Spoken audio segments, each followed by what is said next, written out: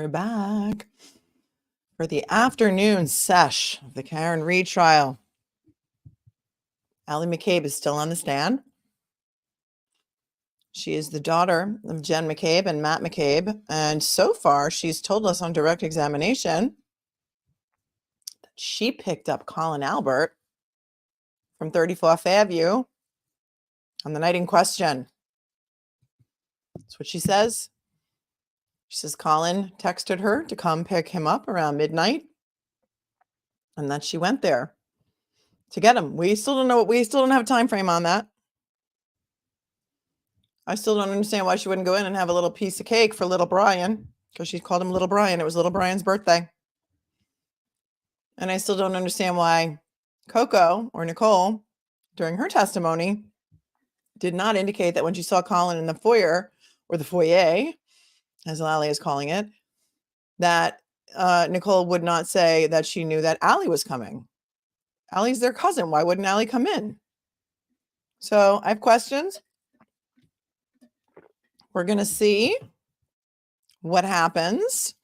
She's still on direct. We're going to see what happens during cross. We're going to see, I'm sure, from defense counsel that ALLIE McCABE never told anybody that she picked up Colin that night. And it's been well known that Colin has been suspected of being the third-party culprit, or one of the third-party culprits in this case. And thank you so much, Sherry D, for your super chat, for all my continued coverage and hard work. Thank you. I can't imagine going through this trial with anyone else other than all you guys that have been following me and watching this with me since I started covering this case in January. I think, I don't know, I'm up to maybe 35 videos on this at an average of 3. I mean, I think there's at least 100 hours of coverage on my channel of this case, and every document we can get our hands on, every motions hearing that we've watched together, all of the pretrial shenanigans. And there is no way that I was not going to hang in there and watch this trial with all of you. Absolutely no way. Oh, the fan is back.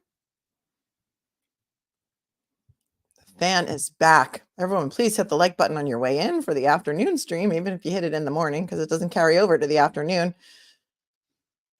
And I don't know, I think it's easier for viewers to for me to split it into 2 different streams, just because when you want to go back and watch it later, you don't have to come into the middle of a 7-hour stream, try and remember where you left off. And, you know, Ellie picks up strays, Bob. She picked up a stray dog on her way after her sister's basketball game. Went to the police department. While she was at the police department, I assume it was Canton PD. Nobody asked her. The owner of the dog called, and so she was requested to bring the dog back to the dog owner's house, and she did. But you can't make this up in a blizzard. Thank you, Ginger Freckles, for the 20. You're a class act lady. Thank you. I appreciate that. I appreciate that. I've been called far worse, so I appreciate and I will take and accept any and all compliments wholeheartedly, absolutely wholeheartedly. And sort of Nancy says she appreciates me. I appreciate you right back, sort of Nancy. Did the stray dog, Fairy Raven always cracks me up, did the stray dog step on a bee? A bee? A bee? I don't know. I don't know, but I'm beginning to think, and then this is my new theory of the case. My new theory of the case is that Lally knows his days are numbered. Lally flop, ooh, lally flop. And therefore, he is transitioning into a second career with brand integration and product placement, insofar as he has so far mentioned in this trial Dunkin', Mick Ultra, Bud Light, White Claw, Truly, name some other brands that he's mentioned, quite a few. So I don't know. Is there a payment per mention? If you get a witness to mention the brand, is there payment involved there too? And of course, I'm just joking about all of this because, you know, so many of the Twidiots think that anybody who's actually in favor of Karen Reed and the fact that she did not hit John O'Keefe with her car, that we must be getting paid by the defense, because there is no way that anybody with any common sense could come to these conclusions on their own. They would have to be being paid by the defense as hired PR guns, right? Oh, Solo Cups, Aunt Bibi, thank you. We have Solo Cups. Stop and Shop. Stop and Shop. Ford. We've got Ford in here. Ford Edge. And I really never even, quite honestly, heard of a Ford Edge before. I guess people just don't have them around these parts of the, as such, Long Island, New York area. Ford, or I've just never noticed one. But I feel like everyone in Canton drives a Ford Edge, or did back in January of 2022. We got Stop and Shop. We got the stray dog coming in. People call 911 when you find a stray dog. Like, I don't even, what goes on here, my friends? What goes on? Lexus, there's been, and listen, sometimes I will say, like, for example, I'll give you a good example of this. Sex and the City reboot had Peloton product placement in their episode. And sadly, Mr. Big died while using the Peloton. It was the Peloton, right? And while Peloton may have paid for that product placement, it was not good advertising for them. So I hope they didn't pay too much for that. Did anybody let them review the script before they agreed to have Peloton in that season of Sex and the City Part 2 or whatever they're calling it now? It was not good. The waterfall, yes, and I'm sure that's going to be on the tour. Kerfuffle for anybody going to Waterfall, for going to Canton, or who goes to the courthouse, is going to go to CF McCarthy's on the waterfall and then do the grief tourist drive-by of 34 Fairview. And maybe if they're former Fed, they may scurry up to the side door, snap some pictures, and then scurry off like the Pink Panther. And then post about it. Or have somebody post it on Twitter, because the Ring doorbell footage of that person posing as the Pink Panther, snapping that picture, that Ring doorbell footage was turned over by the current owner to someone to put on social media because they were mad.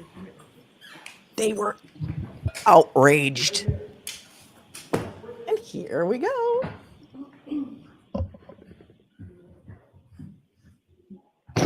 Welcome to the afternoon sesh. Hear ye, hear ye. God save the Commonwealth. All right, could we have Ms. McCabe, please?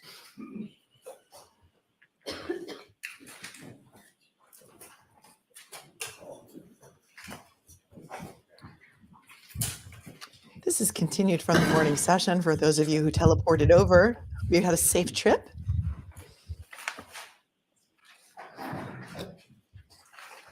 And I'll remind you, you're still under oath. All right, Mr. Lally, whenever you're ready. Thank you, Mom.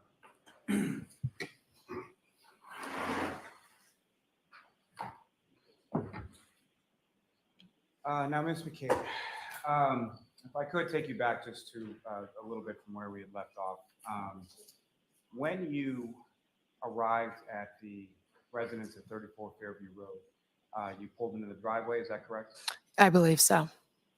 And obviously, on that date, you were familiar with the types of vehicles that your parents drove? Yes.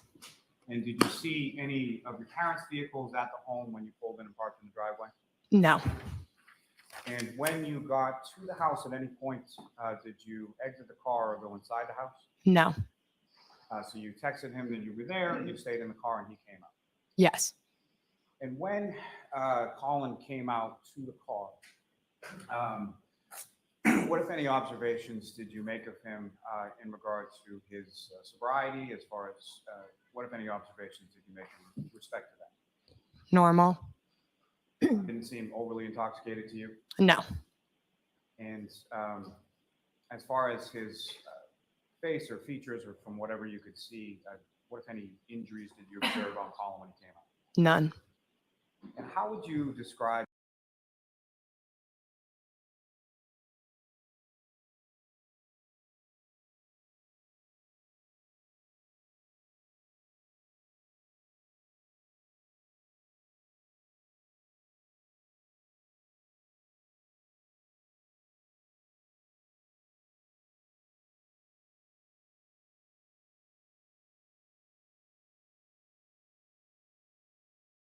his demeanor when he came out and he got into the car? Normal. Now, during the course you drove. I'll come back on. I was just trying to sneak a little lunch here. I don't like to eat on camera, so I was sparing you that. What is Colin's normal demeanor? Everyone's got a different normal. Everyone's got a different baseline of normal, right? Is he normally aggravated, normally a hothead, normally angry? Or is he like Brian Jr., who seems like a sort of a high anxiety, mellow kind of guy who's not, or what is Colin's normal? That's what I would be asking. So for Lally just to say, oh, he was just normal. Yeah, there's a lot of versions of normal, just like there's a lot of versions of the truth. She didn't go in, he just came out. Lally's going to have to treat this witness very gingerly, because I'm assuming he doesn't know what she's going to say. Who knows? Maybe he prepped her. Maybe he tried to prep her. We'll see if she volunteers a lot of information. What's overly intoxicated for an Albert? Yes, that's what I want to know. That's what I want to know. He's also known as Bang Bang Colin Albert because there are a lot of videos out there of him. Snapchat. Bang, bang, bang, bang. And he looks very aggressive in those videos. Okay. What time this is? She said it's around midnight. He texted her to come pick her up, Colin, and then she shows up, pulls in the driveway. She does not see her parents' car. She doesn't go in. Colin comes out. See where we go from here. Colin was acting normal. She did not notice any injuries to his face. I said, what about his knuckles? He didn't ask about the knuckles. And let's go back to ALLIE McCABE.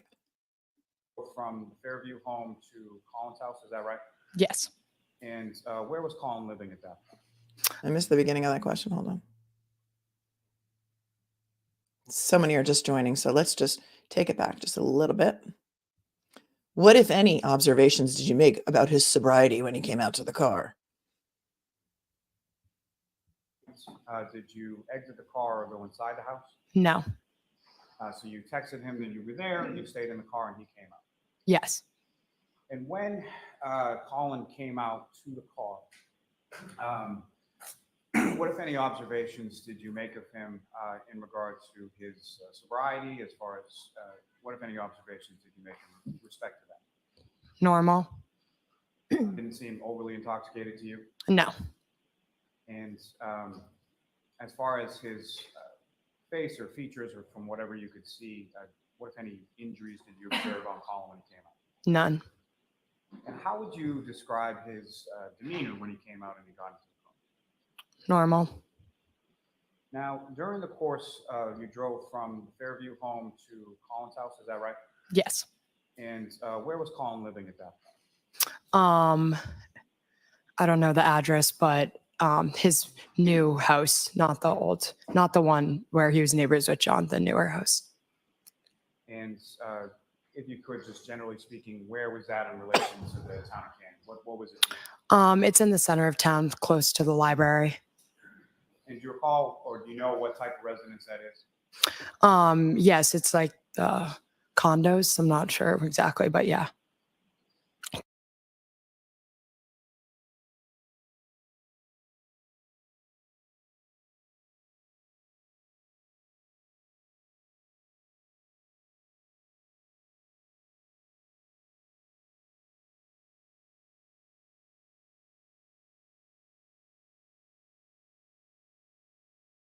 Townhouses. As far as your drive from the residence in Fairview to Colin's house, did you make any stops along the way? No. About how long a drive is it from Fairview to Colin's new house? 7 minutes, 5 minutes. And when you arrived there, what did you?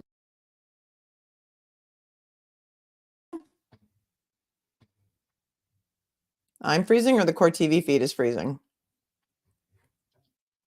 Or I just put it on pause and I was off camera talking to you.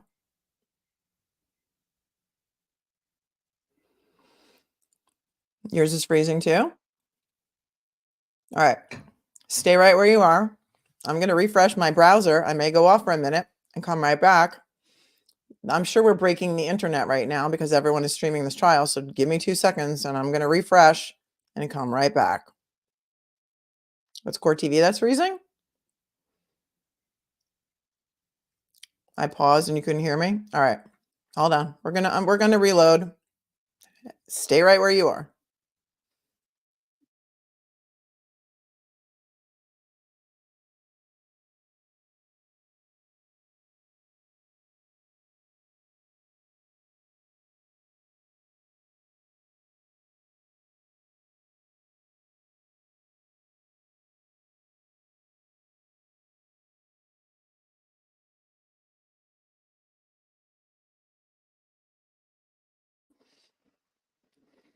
Okay, can you see me now? Can you see me now? Am I freezing now? Was it freezing then, or am I freezing now, or is it better all around? Let me know.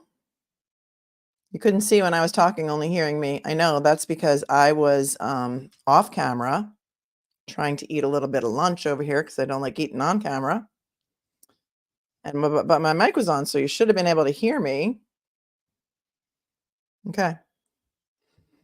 Going back to ALLIE McCABE.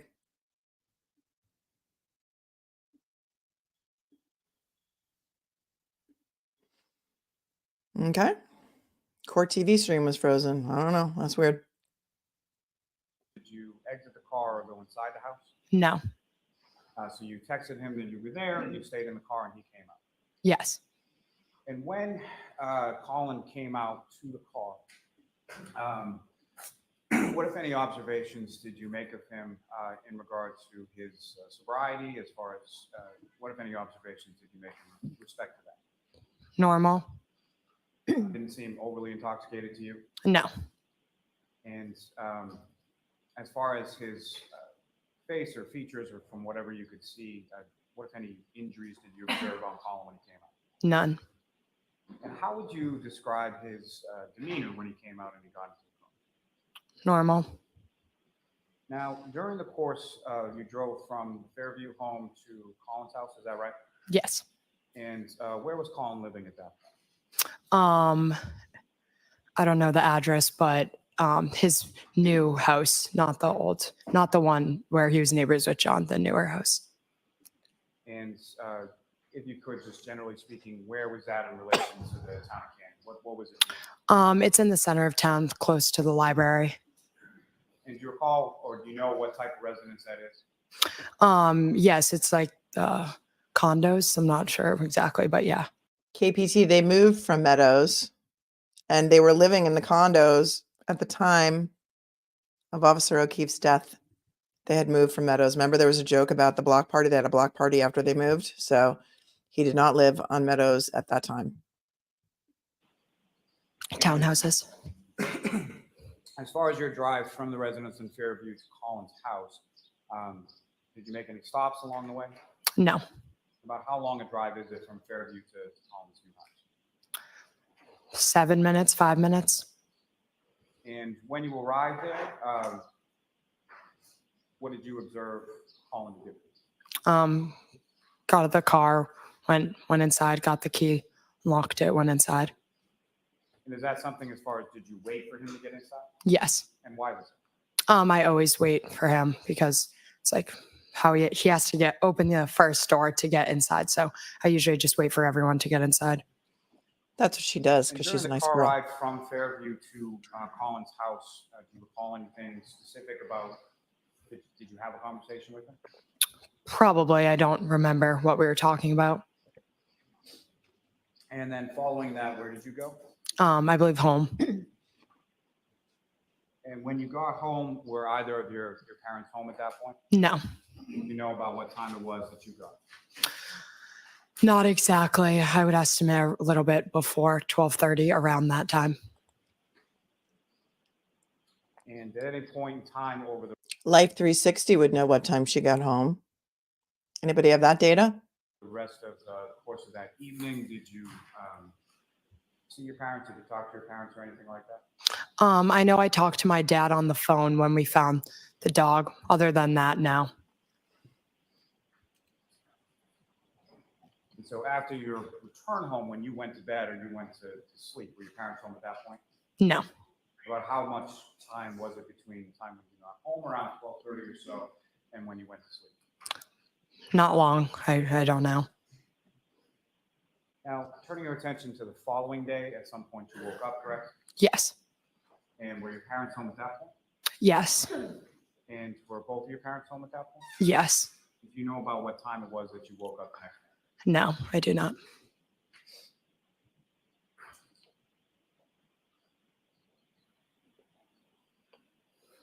No spoilers if you're ahead. We're a little behind because we had to reset. Now, Ms. McCabe, at some point in August of 2023, did you have occasion to meet with some troopers from the state police? Yes, I believe. I'm not sure what time, but on a Zoom. And was that one trooper or more than one trooper or something? I believe 2. I'm not sure. Can you recall any of the names of any of those troopers? Yuri maybe was one of them. I'm not sure. Yeah, don't mention Proctor. Make sure you don't mention Proctor. On a Zoom, she spoke to them. When was that? Last week? And now, ma'am, following that meeting that you had with the troopers from the state police, what, if anything, did you provide to them from your phone? Text messages with Colin, maybe pictures. I don't know. Definitely the text messages. And before we get to that, just as far as your phone, what kind of phone? Because she still had text messages on her phone from 2022 when she met with them. We don't have a time frame. Was that last week? Did her mom collect screenshots of her text messages too?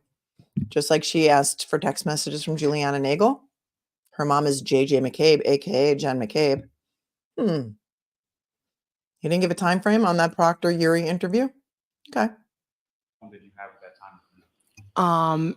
I believe an iPhone 14 Pro Max, maybe.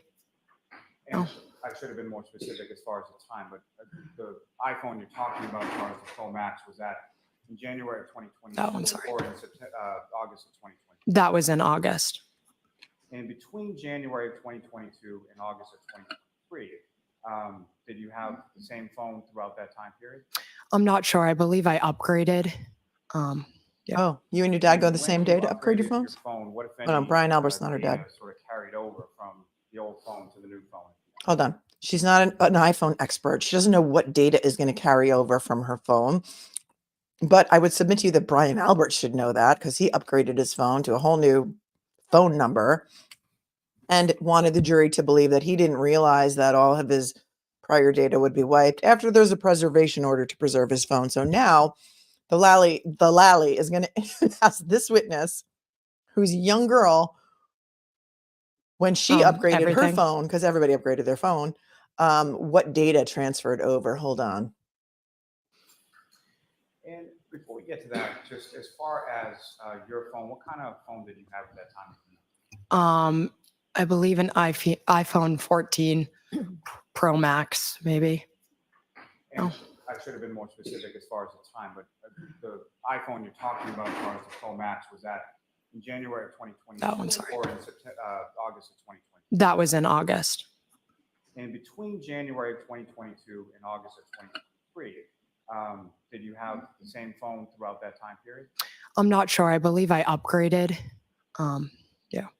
And when you upgraded your phone, what, if any, data sort of carried over from the old phone to the new phone? Everything.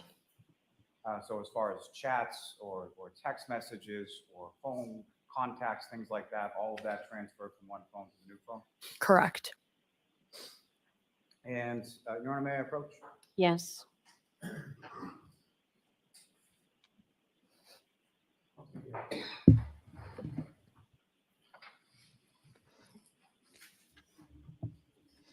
What do you got there, Lally Flop? Two pages. Yes. And what do you recognize that? And do you recognize that, man? Yes. And what do you recognize that? This is from my phone, my text messages. And the second page, what is that? Colin's contact information.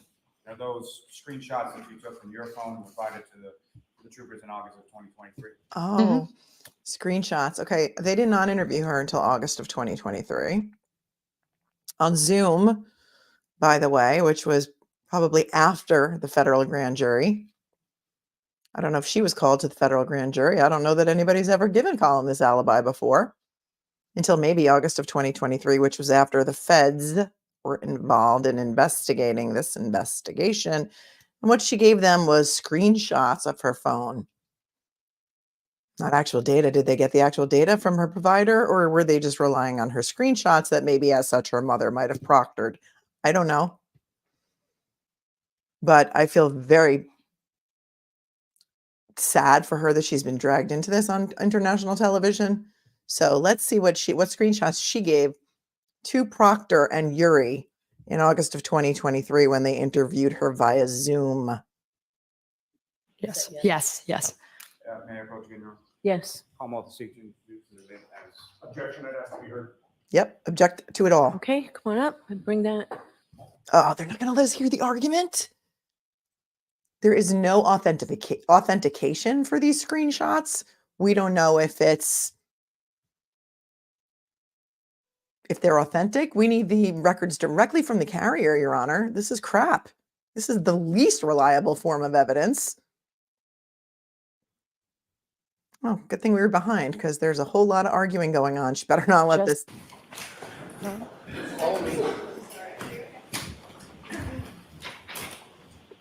Oh, are they going to send the jury out?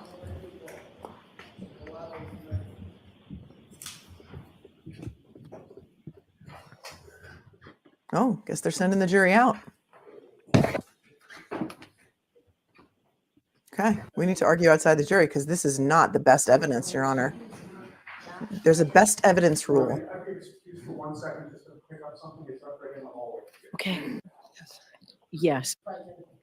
Thank you. And the next two, if they would be marked separately, please. All right, I think we're going to get a little voir dire of this witness, which is an offer of proof outside the presence of the jury Thank to you. see what she will say if The asked. lawyers are going to get to ask you a few questions now before we go any further in front of the jury. Okay. Okay. So, Mr. Lally, you can take the exhibits back and you can question this witness, and then Mr. Yannetti can cross-examine. Oh, I can't wait. This is going to be so fun. May I approach with? Yes. Alderman?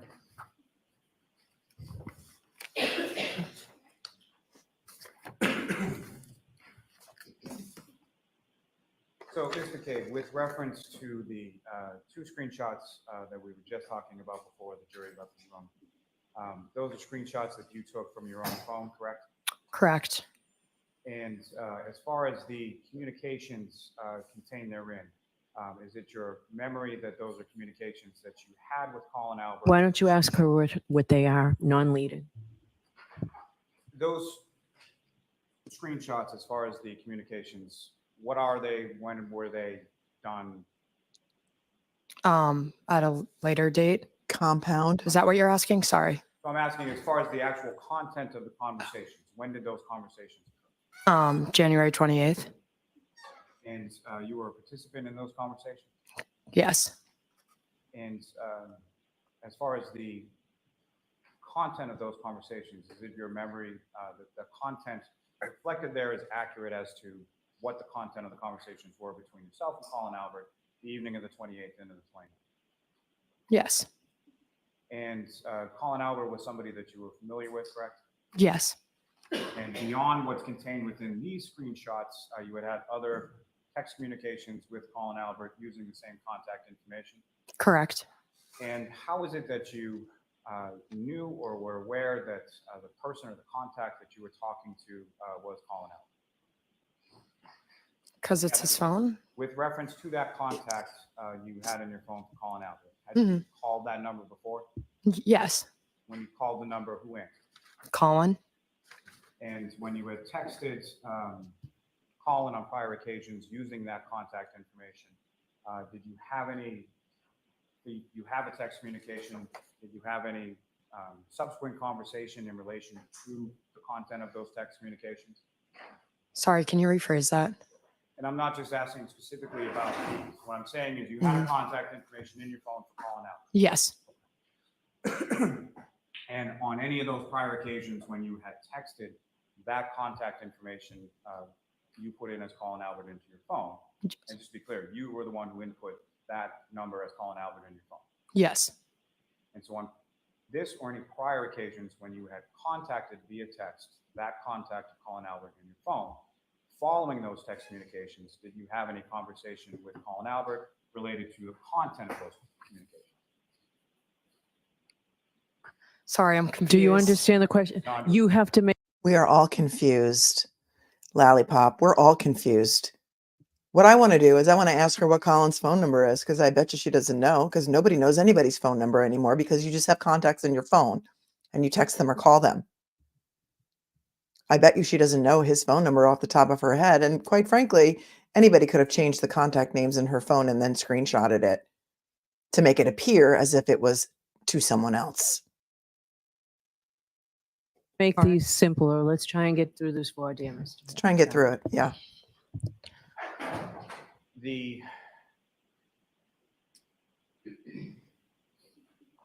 At some point during the course of your, how long had you had Colin's contact information in your phone? For a while, years. And over the course of those years, had you had conversations related to content in text in person? Oh, yes. And as far as the content that you had texted to that number you associated or input as Colin Albert, was Colin Albert aware of the content of those text communications? Oh, correct. Yeah. And within those specific screenshot of the text communications from that evening, as far as your recollection of that particular evening, are the times that are associated with those accurate as far as you remember? Yes. And did you do anything to alter the times that are associated with those text communications prior to taking a screenshot and giving it to the state police? No. You can't alter the times of text messages. You could alter the contact information, but you can't alter the times. Oh my God. This forensics in this case are a mess. You can't use it as a shield and a sword. You can't say the Google search was not made at 2:27 a.m., but the text messages that this ma'am, he calls her ma'am, she's like 23, that this ma'am screenshotted from her phone are absolutely 100% accurate. But the 2:27 Google search that her mom made about Haas long to dying cold, that's not accurate. Turning to the other two screenshots that you took, those are photographs, correct? Did I take them? I'm just asking what they are. Oh, both pictures of Colin. One's with my aunt. The other's just him and some other people blocked off. And do you know when and where those were taken? Yes, they were taken at the Albert's house. One of their sons were coming home from the Marines, so it was like a welcome home party. And when was that in relation to the evening of January 28th to 29th? A few weeks after. And that sort of coming home celebration for your cousin who was coming home from the Marines, were you there for that? Yes. And so as far as your observation of those photographs, is what's depicted of Colin Albert, is that a fair and accurate portrayal of what he looked like on February 11th? Yes.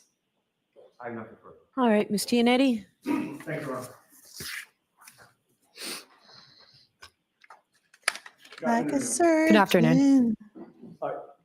How long have you had an iPhone? I'm not talking about your current iPhone, but just iPhones in general. For years. More than 5 years? Yes. And how old are you now? I'm 20.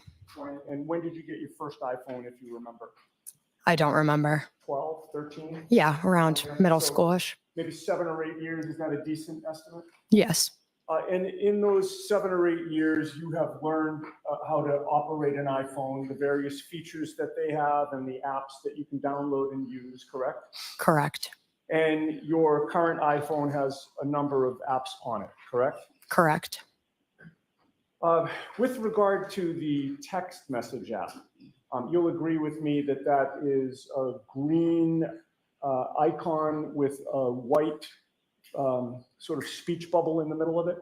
Yes, I believe. And you know that when you click on that, it gives you a list of the text messages that you're exchanging with people, the various threads, correct? Correct. You know that if you click on a thread, it opens up the individual text messages that you've sent and received to that particular person, correct? Correct. And you know that if you take your finger or your thumb and you hold it on one particular text that's either sent to you or from you, you can do things with that individual text, correct? Correct. You can Do you mean- forward it to somebody else, right? Correct, I believe. In the context of a conversation, you can just reply to that one particular text message, right? Correct. And if you do that, rather than hit the arrow button where you forward or reply, on the left side of the screen, there's a trash can, correct? I'm not sure. You know that you can delete a text from a thread, correct? Correct. And it's a trash can that you Oh. click on, right? Correct. I'm not trying to trick you. No, I was confused. Sorry. No, I understand. I don't mean to confuse you. So you know that if you click on the trash can, it gives you an option to either cancel or to delete the message, correct? Correct. And what happens if you delete the message? It's deleted off the phone. Okay, so it's gone from that thread, correct? Correct. And somebody looking at a screenshot that you take after you've deleted that message, it wouldn't be evident that that message was ever there, correct? Correct.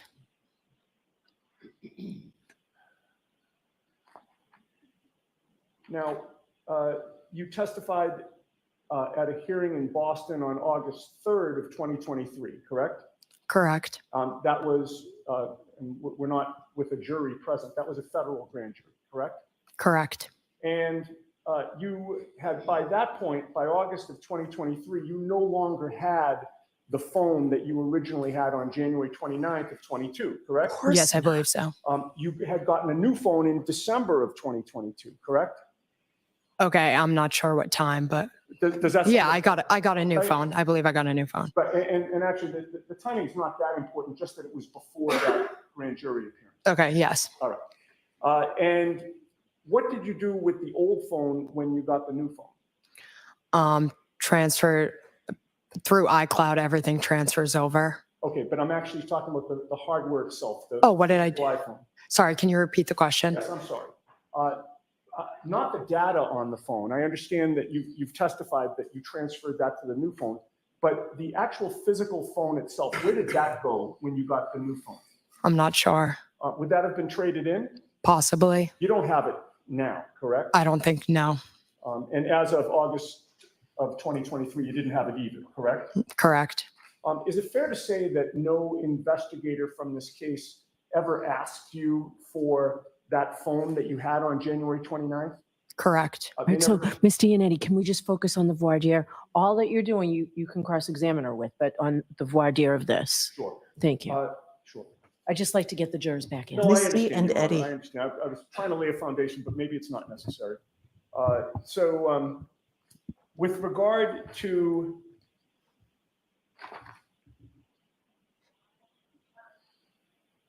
If you need to do it, go ahead. I'm just trying to. I want to accommodate the court, Your Honor.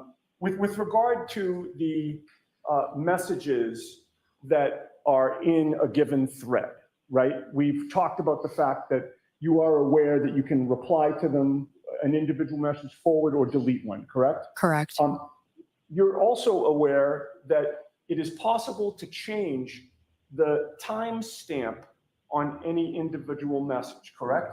No, I'm not aware of that. You go to settings and you go to general and you go to date and time. First of all, you can change the time zone of the message. Do you have your iPhone with you right now? Not on me. Not on. And in addition to being able to change the time zone, you actually can change the hour and minute to whatever you want it to be. Were you aware of that? No. With Stand regard corrected. to photos on your phone, you are aware that you can change the date and time of any photo in your photo app, correct? Nope. There is a little, when you go to your iPhone, there's a little I for information. And all you need to do is, I think it's for info or information. All you need to do is click on that, and you get a pop-up from the bottom that gives you the choice to alter the date and time. Did you know that? No.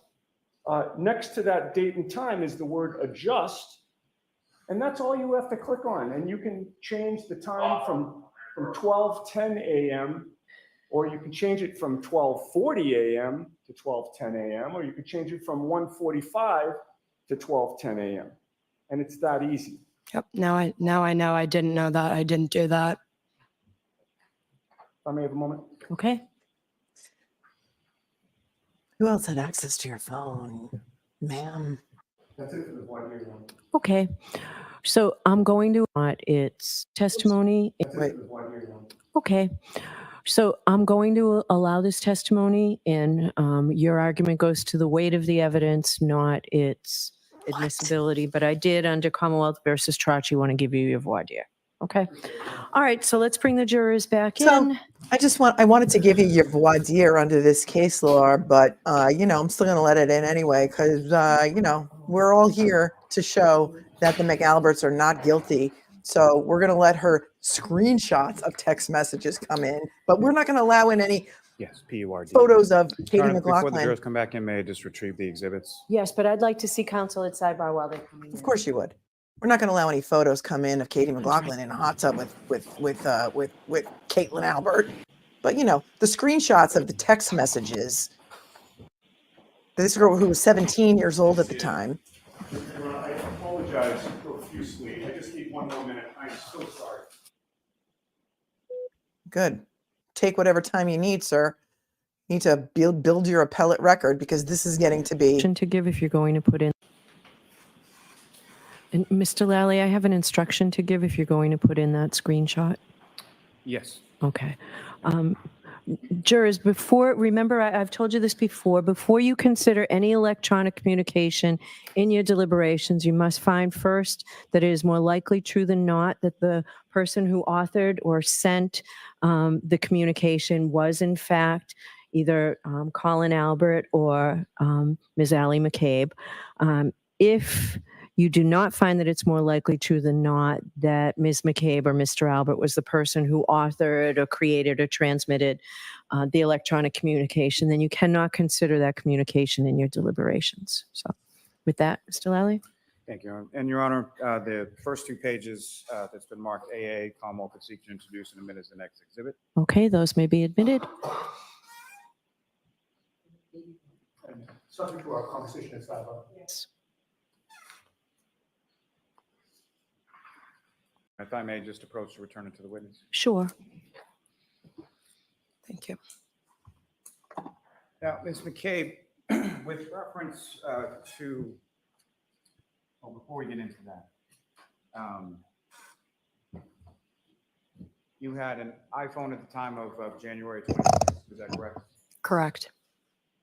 And with respect to your friend Colin Albert's, as far as his contact information within your phone, who entered that in your phone? I did. And prior to that date of January 28th into the 29th of 2022, had you had phone conversations where you would sort of press the button to call that number and it rang, correct? Correct. And who, if anyone, answered the phone when you contacted that phone number in your phone? Colin. Now, with reference to Colin and the contact in your phone, had you had prior text communications with Colin using that contact that you put in? Correct. And outside of those text communications that you had, did you have sort of physical in-person conversations with Colin in regard to content that was within text messages you have with that content? Yes, I assume so. And specifically on that date of January 28th and the 29th, when you arrived at the home on Fairview Road, you texted Colin that you were there? Yes. And after you texted him that, what, if anything, happened after that? He responded saying okay, and then he came out to the car. And Your Honor, if I may, with the court's permission, just publish the text communication to the jury on the screen. Yes.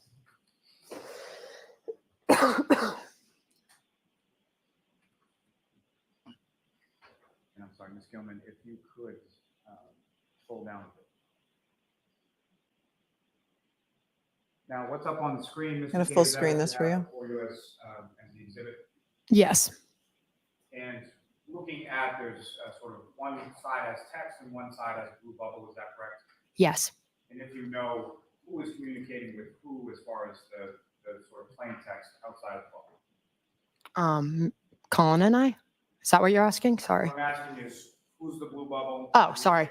I'm the blue bubble and he is the gray whitish bubble. And Okay, I'm going to stop this here. Can you hear me when I'm off screen? Because I was talking off screen. I'm going to stop this here so we can read it together.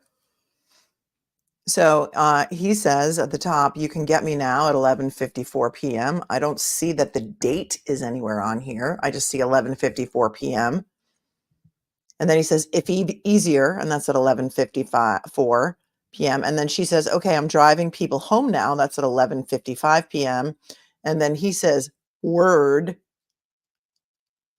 Get these closed captions out of the way. He says word at 11:55, and he says get me after at 11:55. She says KK at 11:55 p.m. And then we're going to go on from there. I don't see a date on here anywhere, but maybe he'll show it to us. Maybe not. But we're supposed to believe that this is from the night of January 28th because it's not past midnight yet of 2022. Let's see what he does with it, if anything. Let's see what, if anything, he does with it.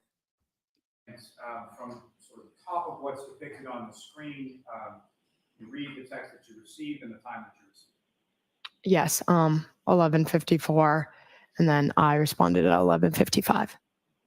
And what did Colin say at 11:50? You can get me now if easier. And what did you respond? Okay, I am driving people home now. And what did Colin respond to that, and what time did he respond? He responded, word, get me after. And this is one, if you could scroll down just a bit. And following the get me after, what, if any, response did you provide? KK, okay, and here, And here that you texted, what time does that read on the screenshot? 12:10 a.m. And what, if anything, did Colin respond to your text? He responded at the same time saying, okay. Okay. Then notice the next text to him is not until February 20th of 2022, which is some 3 weeks later. And she says on a Zoom, as if maybe he tried to call her and she didn't pick up and said she was on a Zoom. So I'd like to see some authentication that these were actually the messages that we just saw before February 20th are from January 28th. And not just a screenshot of said text messages. And I cannot believe this is coming into evidence without a proper foundation. And Scott, I saw you put in the chat that the phone carriers were not, responding to subpoenas, but this witness was never a subject of a Rule 17 motion because this witness was never provided to the defense. This is a brand new alibi for Colin. She didn't testify to this until the grand jury, federal grand jury proceedings in August of 2023. So there was no Rule 17 motions made for these messages. So we do not have any authentication of this, but let's see what happens.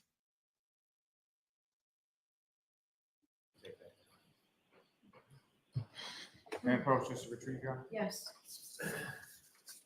No date. Do you need that? Maybe she picked him up a different date. Yeah. Okay, thank you. Some other day before So the February next, 20th. 2 pages, 2 separate pages, contain photographs, is that correct? Yes. And do you recognize what's depicted in those photographs that I've just placed before you? Yes. What do you recognize those to be? It's Colin. Is that what you're asking? Well, let me ask you more specifically. Okay. So, were these also screenshots that you provided to troopers of the state police in August of 2020? Yes, I believe so. What's in regard to those two photographs? Do you know when and where those photographs were taken? They were taken February 11th at the Alberts, Nicole and Brian's house. Objection. Move to strike. What? No, I'm going to let her test. Okay. So the screenshots were taken on February 11th. Okay. After Karen Reed was indicted initially on February 2nd. She's saying she took the screenshots at Nicole and Brian's house on February 11th of what year? Of 2022? Within 11 days of her initial arraignment, and the defense has never turned them over because nobody ever asked her about them until August of 2023. Are you kidding me? I want to make sure that I've got that right. So we're going to rewind that. Is that what you're asking? Well, let me ask you more specifically. Okay. So, were these also screenshots that you provided to troopers of the state police in August of 2020? Yes, I believe so. What's in regard to those two photographs? Do you know when and where those photographs were taken? They were Photographs. taken February 11th at the Alberts, Nicole and Brian's house. Okay, so these are the photographs. These are the photographs of the coming home party from the Marines. Okay. No, I'm going to let her testify when they were taken. And so February 11th of what year, ma'am? 2022. So a few weeks after January 28th, 29th, correct? Yes. And were you present at the Alberts house on the evening of February 11th when they were taken? Yes. And what was the purpose of yourself and or Colin or anybody being over the Alberts house on that day? One of Nicole and Brian's sons were coming home from their Marines, so there was like a welcome home party with family and friends. And that is your cousin Jack, is that correct? Correct. And as far as what's contained in those photographs, is that a fair and accurate portrayal as far as your memory of what Colin looked like on February 11th? Correct. And Your Honor, may I approach again? Yes. Oh, is he doing this in the photos? The next two exhibits. Like he likes to pose like this? Again, subject to our discussion. Sure. Okay. Yes, those look familiar.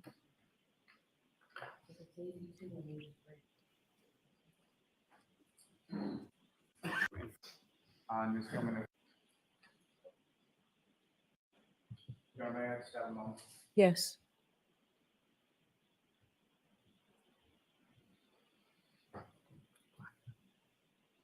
Oh, they took it down. Wait, why? We want to see. Ms. Gilman, if you could just enlarge that a bit. And do you recognize what's now up on the screen is what you have before you as Exhibit 82? Yes. And if you could just describe to the jury sort of what we're looking at in this photograph, who's depicted. Colin and my auntie Coco. And your auntie Coco is also Nicole Albert. Yeah. Yes, Nicole. And if I could direct your attention to the next exhibit for you, Exhibit 83. Pull that up on the screen. And Ms. Gilman, if you could allow. And again, what's up on the screen, is that what you have before you as Exhibit 83? Yes. This is the same evening, is that correct? Correct. You know where in the house this photograph was taken? I believe they call it their library. Maybe it's the room in the back. And as far as what's contained in this photograph in reference to your friend Colin Albert, as far as his face, his arms, his hands, is that fair and accurate portrayal of what he looked like on February 11th? Yes. Thank you very much. Ms. Gilman, you can take it. Your Honor, may I approach one more time just to Yes. retrieve? Thank you.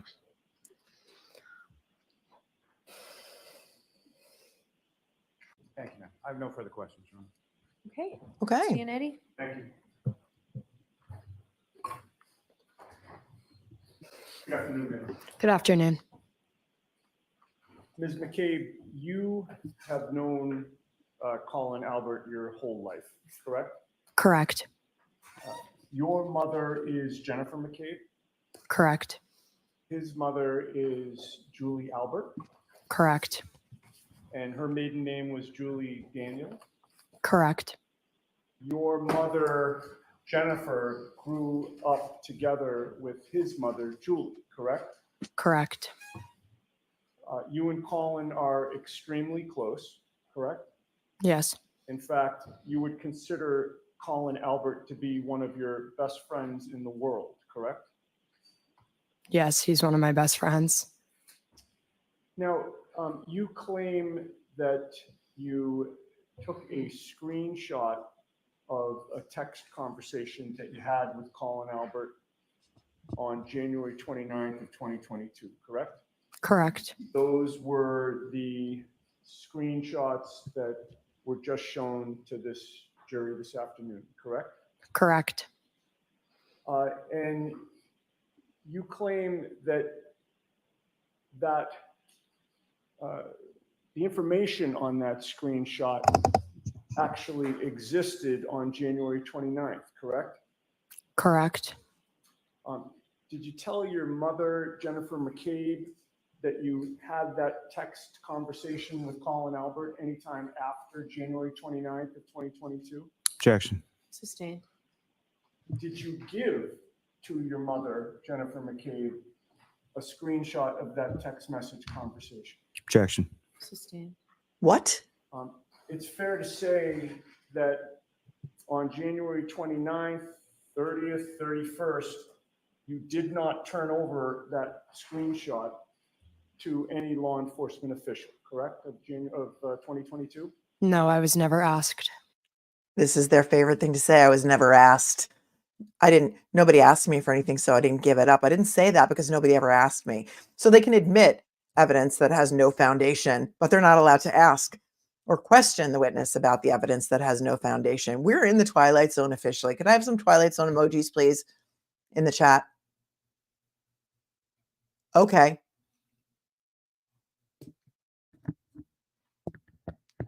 I'm gonna go back a second. Existed on January 29th, correct?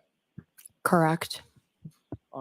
Did you tell your mother, Jennifer McCabe, that you had that text conversation with Colin Albert anytime after January 29th of 2022? Objection. Sustained. Did you give to your mother, Jennifer McCabe, a screenshot of that text message conversation? Objection. Sustained.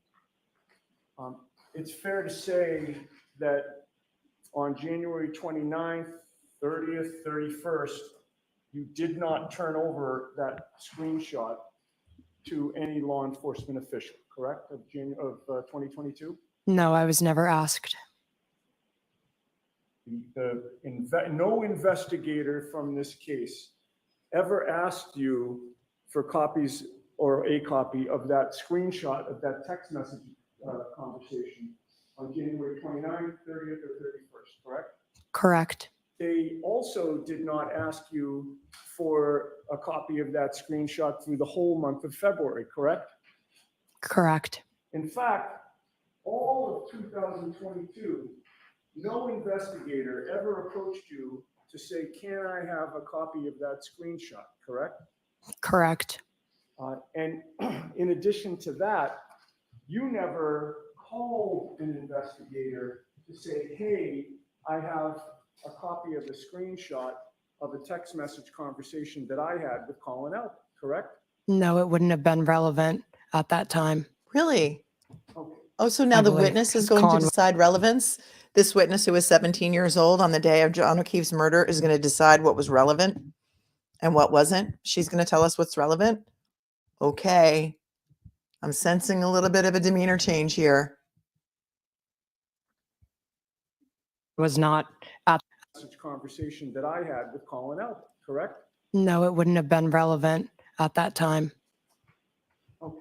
I believe, because Colin was not at the house and wasn't introduced as being there until later. Oh, So your testimony today that is that at no time in the year 2022 did you consider it relevant at all that you had this screenshot of this text conversation, correct? Correct. Leaving that screenshot aside, but actually, before I leave that topic, you didn't turn over that screenshot of the text message until sometime during the summer of 2023, correct? Correct. About a year and a half or more after January 29th of 2022, correct? Yes, when I was asked. And by that time, the summer of 2023, you had already switched phones, correct? Yes, believe. In other words, the iPhone that you had on January 29th of 2022, you no longer have possession of that physical phone, correct? Correct. You had a new iPhone, correct? Correct.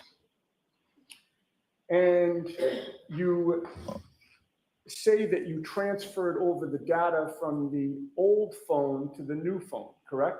Correct. When did you take that screenshot that was displayed to the jury today? I don't remember. Was it before or after you got rid of your old phone? I don't remember. when did you take the screenshot? That's what I want to know. Before or after you got rid of your old phone? I don't remember. Somebody said she turned this over to Gretchen Voss. Gretchen Voss is the reporter for Boston Magazine, I believe, that wrote a big article about this case. So we don't know if that screenshot was from your phone that you got in December of 2022, or if it was from the phone that you had back in January of 2022, correct? Correct. That phone that you got in December of 2022, it's now May of 2024. Do you still have that same phone? The phone, my old phone? Is that No, my question was, the, and again, I'm not trying to trick you in any way here. The phone that you got in December of 2022, the new phone at that time, is that the phone, your current phone? correct? Ooh, let's have it. Now, Hand it over. before you got rid of the old phone and got the new one, did any law enforcement official, prior to that December of 2022 time period, or investigator from this case ever ask to examine your physical phone itself? No. Did they ever say to you, we would like to do what's called an extraction on your phone? No. And you never gave that phone at any point to any law enforcement official before you got rid of it, correct? Correct. And the first time that you mentioned that text conversation outside your family was August 3rd of 2023, correct? Correct. That was at a proceeding in Boston, correct? Correct. Perjury. Where neither Mr. Lally or Ms. McLaughlin Federal. or we were there. Objection, Your Honor. Yeah, move along, Mr. Yannetti. Yes. That proceeding in August of 2023 was less than a year ago, correct? We're in May of 2024. Correct. And that was a long time after John O'Keefe was found dead on Brian Albert's lawn, correct? Correct. And that August of 2023, when you're revealing that text exchange, that was over a year and a half after January 29th of 2022, correct? Correct.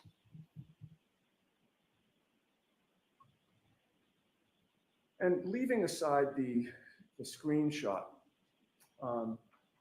as of August 3rd of 2023, no investigator from this case, no state police trooper or anybody from the DA's office had ever interviewed you, right? Prior to August of 2023?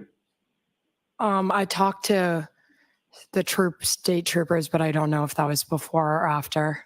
That was on August 25th of 2023, which is about 3 weeks after your testimony in the other proceedings. Does that refresh your memory? Yes, then after. Wow. And Yeah, at that point in time, on August 25th of 2023, you'll agree with me that you were not interviewed at a police station or a state police barracks, correct? correct, Or the DA's office, correct? correct, You were interviewed by Zoom, correct? correct. And you were not alone at that time in your home, correct? I'm not sure. Your mother, Jennifer McCabe, was present, correct?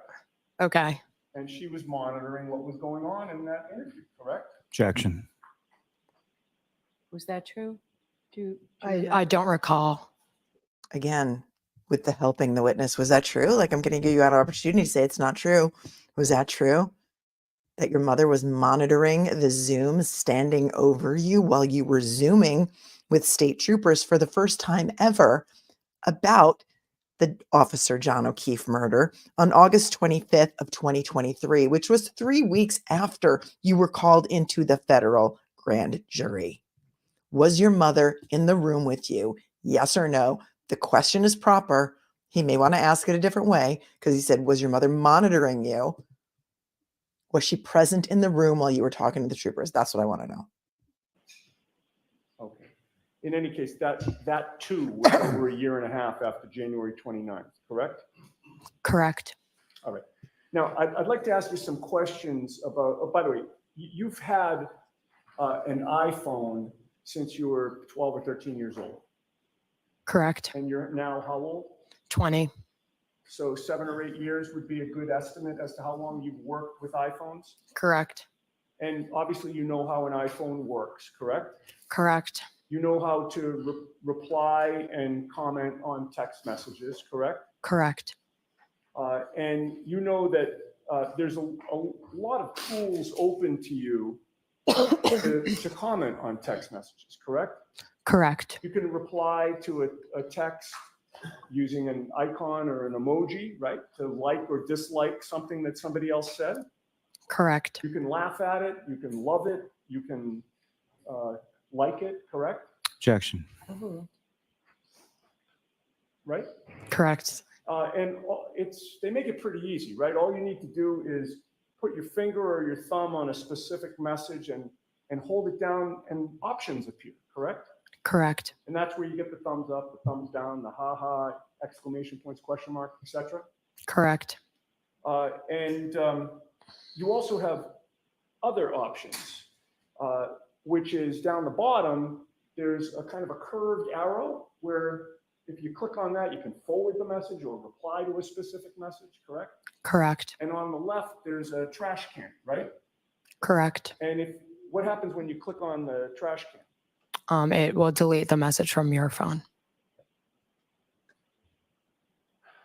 And it's your testimony that with regard to the screenshot that we saw, there are no deleted messages in that conversation, correct? Yes. However, you would agree, as you've already testified, that if a message had been deleted from a screenshot, we'd never know, right? True.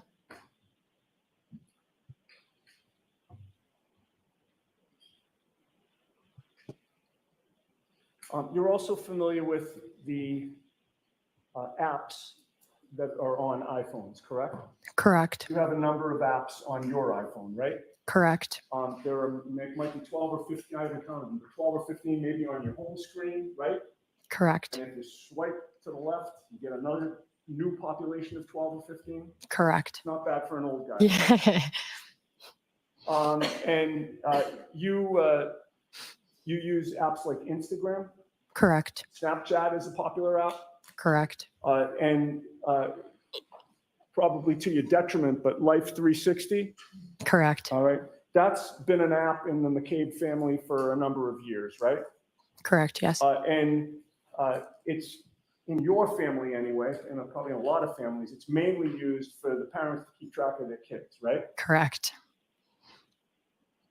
And in order for Life 360 to work, you have to have your location services on, and somebody else has to have the app and is in the family, correct? Connected to you? Correct.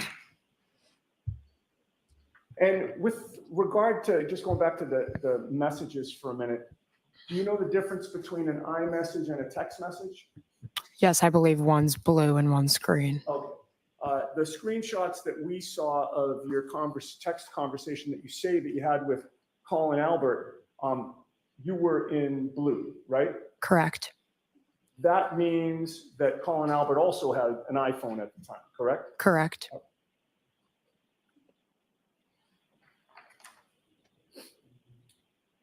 Now, with regard to the timestamp on those messages,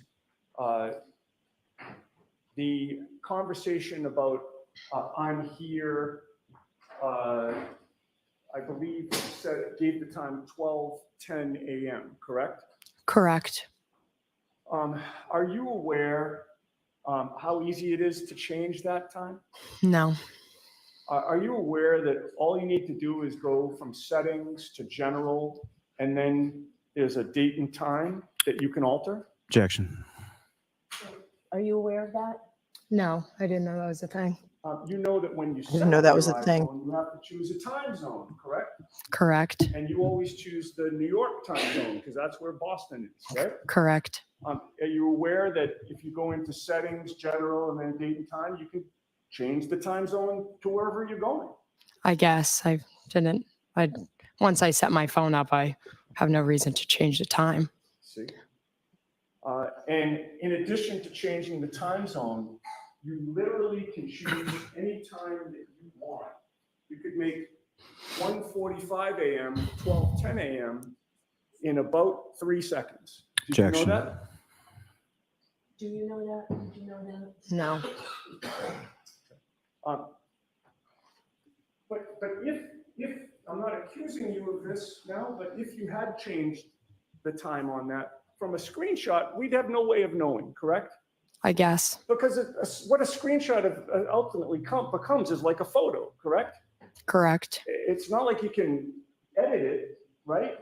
I mean, the most that you can do is what we saw on the other photo that was displayed, which is kind of crossing out with a magic marker somebody's face or a time, right? That would be how you'd have to alter it, right? Correct.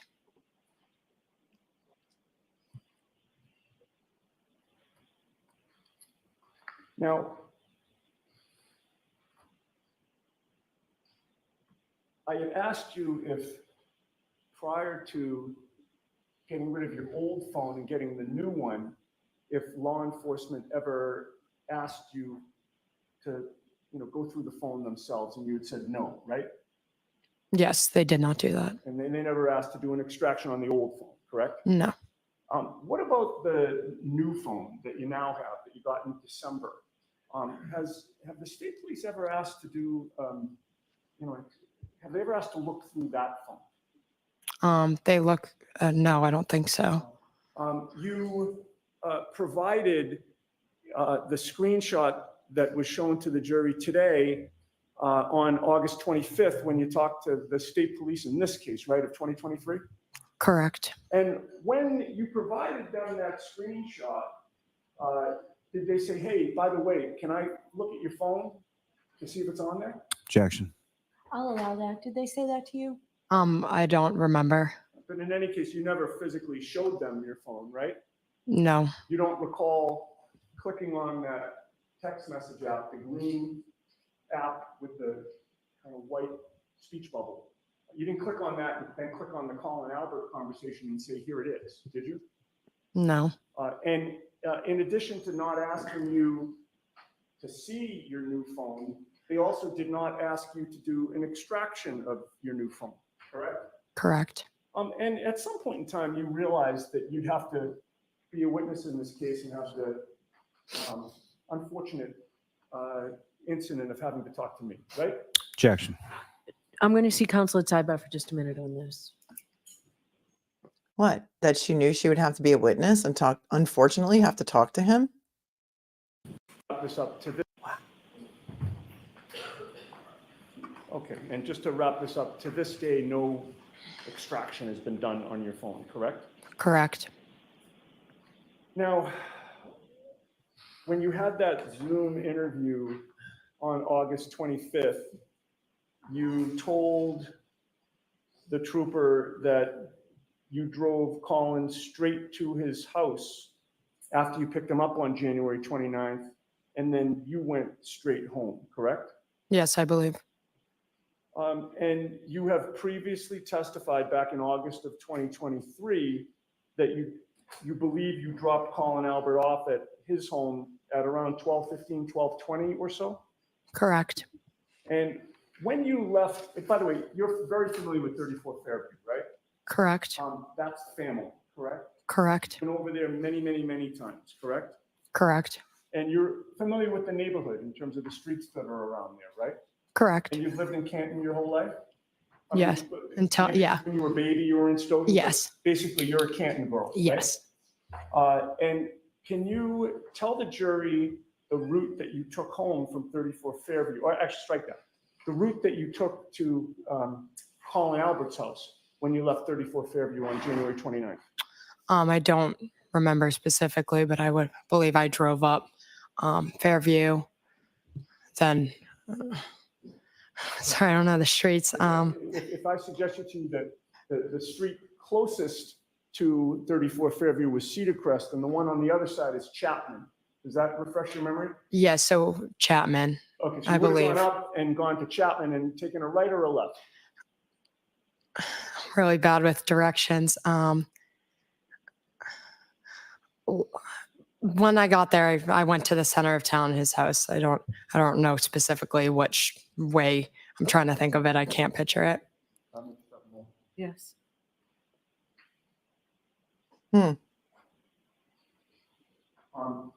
Are you familiar with Washington Street in Canton? Yes. Would you have wound up on Washington Street? Yes. All right. And you're aware that the Canton Library is on the corner of Washington and Sherman Street? Does that make sense? Yes. So you would have passed by the library? Yes. Now, with regard to Library footage. whether you went straight home, did you, by the way, when you went home, did you stay there? Yes, I believe so. For in the rest of the night? Yes.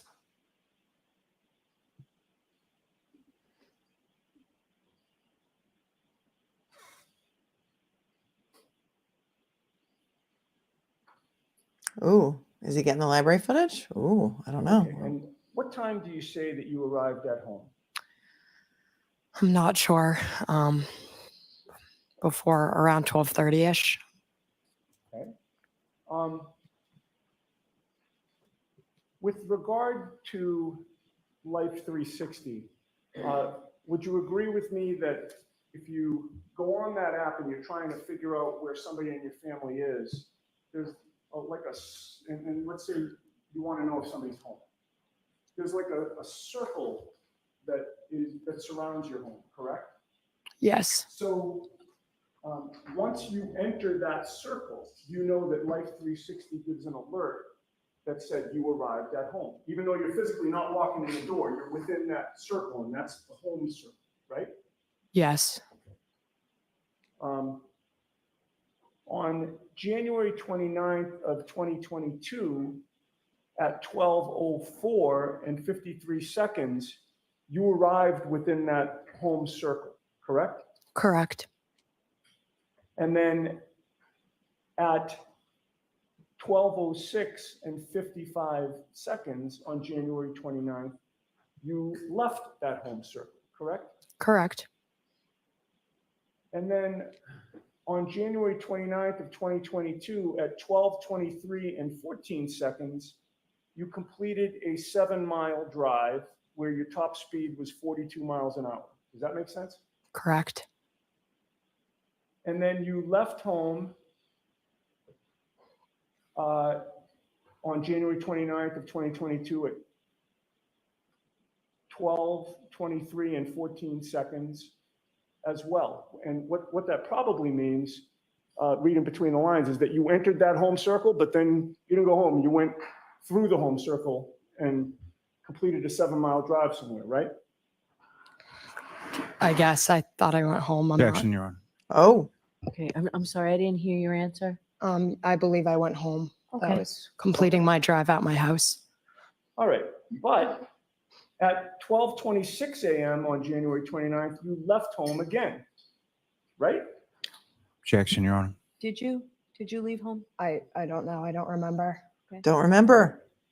And at 12:26 a.m. and 12 seconds, you arrived at the Canton High School, correct? No.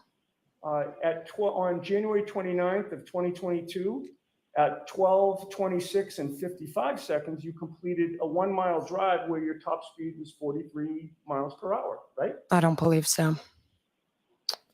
Life And then- 360 is wrong. At 12:26 and 55 seconds on January 29th, you left Canton High School and arrived at home on January 29th of 2022 at 12:29 and 28 seconds, correct?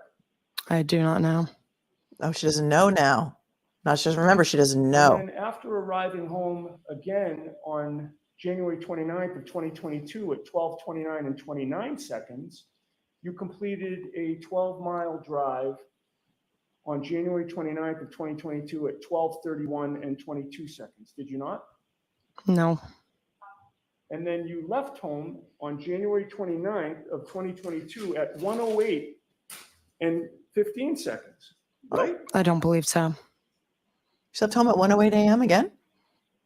And ultimately, you went through the home bubble and the Canton High School bubble, and you arrived at Canton High School on January 29th of 2022 at 1:28 in the morning and 8 seconds. Can I see what you're referring to? No? Sure. Sure? May I approach you on? Yes. Wow. Wow. Real data from Life Oh my God. 360.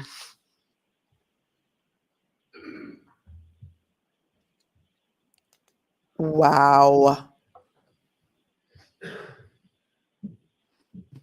He's got data that says she left home again around 1:08 a.m. Got to Canton High School again. She's going to Canton High School a lot, or in the area of. I mean, you can read the whole thing, but where it says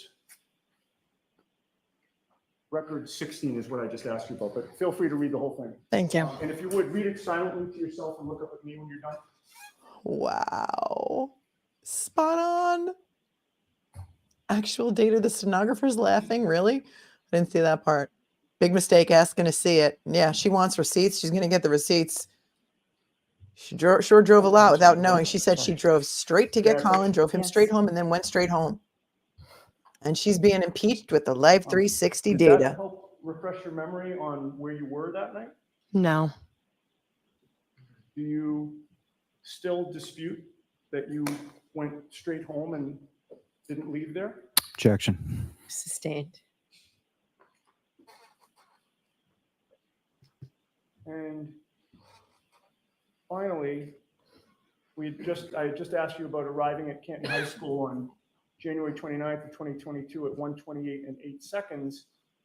You arrived at home, within that home bubble, on January 29th of 2022 at 1:30 in the morning and 26 seconds, correct? What time did it say I arrived at high school? 1:30 in the morning and 26 seconds. And what time did it say I arrived at high school? The high school was 1:28 and 8 seconds. It wouldn't have taken me 2 minutes to go from the high school to my house. I'm Well, confused. with regard to the high school was also one of the bubbles, one of the areas where you could be, right, on Life 360? No. If I may. Yes. Don't they have locations like your kid is at school, your kid is at work, your kid is home? I don't use Life 360, so I don't know. I have something different. But it doesn't mean, Okay. it could mean in the vicinity of Canton High School. Did you say that on Life 360, the Canton High School is not one of the areas that you're tracked in? What do you mean? So do you remember we were talking earlier about? Oh, like put in a location, like that was Yeah, so there home, are that was multiple high school. locations, like, if your mother's Right. looking for you, where are you? Yes, Well, you're at D&E Pizza, you're at high school, you're at, home. D&E right? I mean, Pizza. those could be categories. correct, You've agreed that home was one of the categories. correct. And having reviewed that, the Canton High School is also one of the categories, correct? I believe so. And on January 29th of 2022, The last entry is that you completed a 12-mile drive on January 29th of 2022 at 1:32 in the morning and 23 seconds. And that's the end of the activity. Do you agree with me that that's when you finally stopped that night? I don't recall. If I may have a moment. Yes. Wow. Wow. Wow, that is how it's done. That, my friends, was a masterclass in trial lawyering, a masterclass in cross-examination, because ALLIE McCABE was so confident in her All answers. right, Mr. Lally. Thank you. Oh boy. Lally flop, lally flop, ooh, lally, lally Mr. flop. McCabe, with regard to, did you get rid of your prior iPhone or did you upgrade your iPhone? Upgrade. This is also going to be shown in law school classes for trial lawyering as what not to do as a prosecutor and attorney ever. Sometimes you just need to ask no questions, but he's going to get back to like the upgrading of the phone, the thing. He needs to attack immediately the most explosive part of that testimony, okay? We don't really give a crap now. The jury doesn't care whether she turned in her iPhone, whether she traded it in, whether she upgraded it. The only thing on their mind right now is that she's a freaking liar because Life 360 has her not coming home until 1:30 and 26 seconds.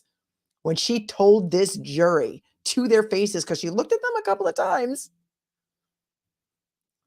something like she dropped Colin off around 12:20 and then she went right home and that was it. She stayed there for the rest of the night.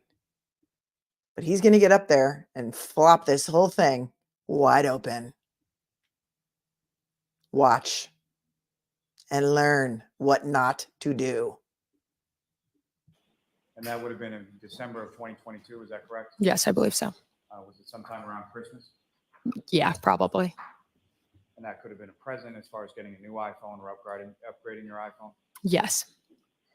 Now, as far as any of the information that you were shown, as far as the screenshot, did you in any way, shape, or form alter or delete any of the content within that text message from January 28th and the 29th with Colin Alberbert? No.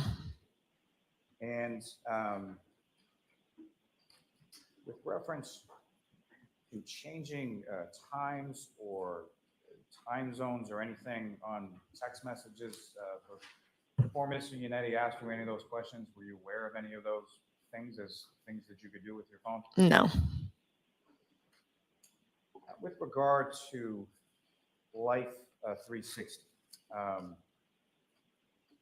if any, knowledge do you have as far as the accuracy of sort of the timestamps that are contained within that app? Well, I'm not sure, but on the photo he showed me, it says like turn Wi-Fi on. So that like remind Allie to turn Wi-Fi on. So that could have affected the accuracy. Lally flop. Are you really going to now introduce evidence to this jury that you don't think the Life 360 data is accurate either? So none of the data in this trial is accurate. Is that really what you're trying to do here? And you're going to use a young 20-year-old witness to prove your point, to say that Life 360 is not accurate? Nothing's accurate. The 2:27 a.m. search that her mom made about how long to die in the cold, that's not accurate either. Jury, don't believe anything. Only believe what you hear from the mouths of babes. Wow. I mean, every time you think he's not going to do something dumber than he did last time, he does. Turn Wi-Fi. Contained within that app. Hold on. What, if any, knowledge do you have as far as the accuracy of sort of the timestamps that are contained within that app? Well, I'm not sure, but on the photo he showed me, it says like turn Wi-Fi on. So that like remind Allie to turn Wi-Fi on. So that could have affected the accuracy. Mm. And that was on literally every single one of the alerts that was on that page that he showed you? Every single one. Now, Canton High School, do you know what street that's on? Washington Street, I believe. And Yeah. about how far a ride is it from Canton High School to your house? 7, 8 minutes, 10, I'm not sure. You were in the bubble of Canton High School at 1:28 in the morning. Could you have possibly been in the bubble of your home at 1:30 in the morning? No, And unless you were going 90 miles an hour in a snowstorm? no. Now, you were asked some questions about that time frame of August of 2023 when you were asked and you turned over sort of screenshots to troopers from the state police, correct? Correct. You were asked about previous times indicating that you weren't asked and it wasn't relevant, correct? Correct. Now, do you know why you were asked in August of 2023 versus any prior time period? Because Colin Albert wasn't in the house, and then it was brought up here that he was. Oh, so in open court, your whole family was watching court TV and or some streamer on YouTube talking about it. And it wasn't me, because I wasn't handling the case when it was brought up, because I think that was not until August of 2023, I think they're saying. And that's when it was brought up that Colin was in the house. And so she knew that she had to come forward at that moment and talk about the fact that she had screenshots saying that she picked him up. Okay, Lally, you're making yourself look worse. I didn't think it was possible, but here you go. And brought it wasn't relevant, correct? Screenshots to troopers from the state police, correct? Correct. You were asked about previous times indicating that you weren't asked and it wasn't relevant, correct? Correct. Now, do you know why you were asked in August of 2023 versus any prior time period? Because Colin Albert wasn't in the house, and then it was brought up here that he was. And brought up Here in this courtroom By the defense. by defense. and around that time of August 2023. I believe so, yes. And with reference to relevancy, is that what you were talking about? Correct. And what, if anything else, you're close friends with Colin Albert, is that correct? Correct. What, if anything else, has either your family or Colin Albert and his family undergone over the course of pendency of this case? Objection. Objection. He wants to talk about harassment now. And the judge had said, well, if a witness organically brings it up that they were being harassed, they're allowed to talk about it. But now he's directly asking them. So it's not going to be organically brought up. And I don't know, because we're a little bit behind if they objected to this and if she lets it in. But let's see. Objection. No, the door's been opened. I'm allowing it. Well, basically harassment. Harassment by who? How was the door opened? How was the door opened? By Lally asking her that question? You can't open your own door. Twilight Zone emojis, please. Twilight Zone emojis, please. Who opened the door? Okay, I'm going to need to go watch everyone's reaction to this tonight. Am I overreacting? Maybe did Yannetti open the door? I don't think so. Because he's got her lying about her whereabouts on Light 360. That does not bring up, that is not opening the door to them being harassed by Aiden Carney / Turtle Boy. Am I insane? I think I'm insane right now. I am outraged. And I'm also feeling insane. Okay, so Judge Cannoni thinks that the door was opened. And this obviously didn't come out organically because Lally asked her the direct question about what was going on. And yeah, bias Bev, somebody said kick the door in herself because she wants it in. Unreal. Unreal. Aiden Carney has entered the trial.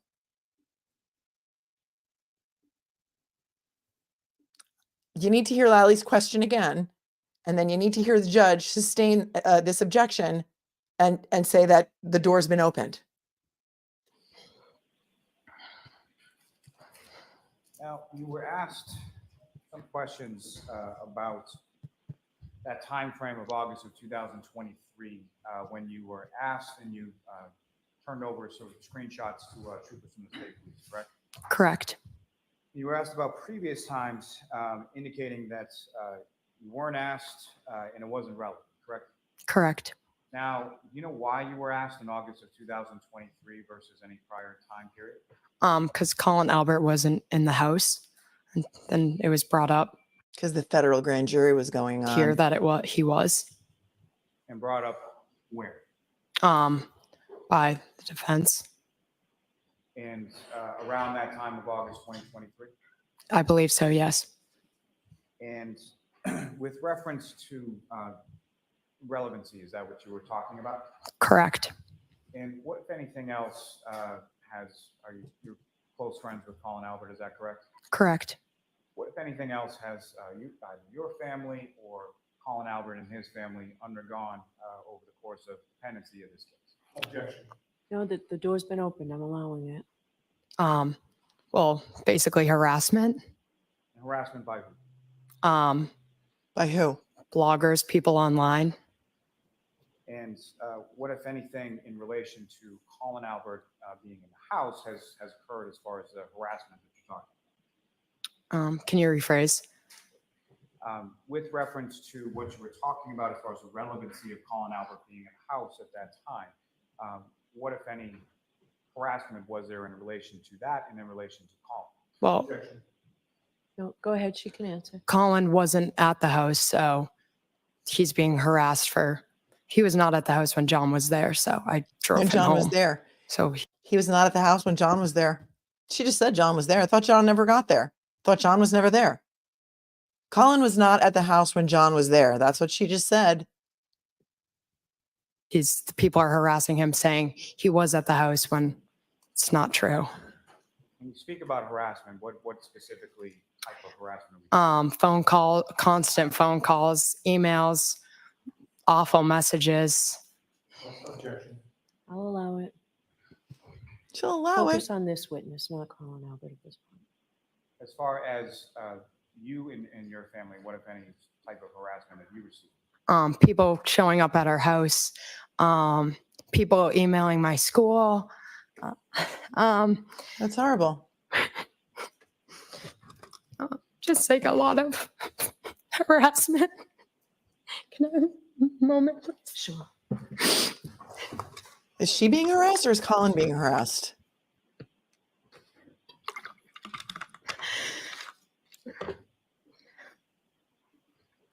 Would anybody like to give her a tissue? That would Okay, be I'm nice. sorry. I have some, thank you.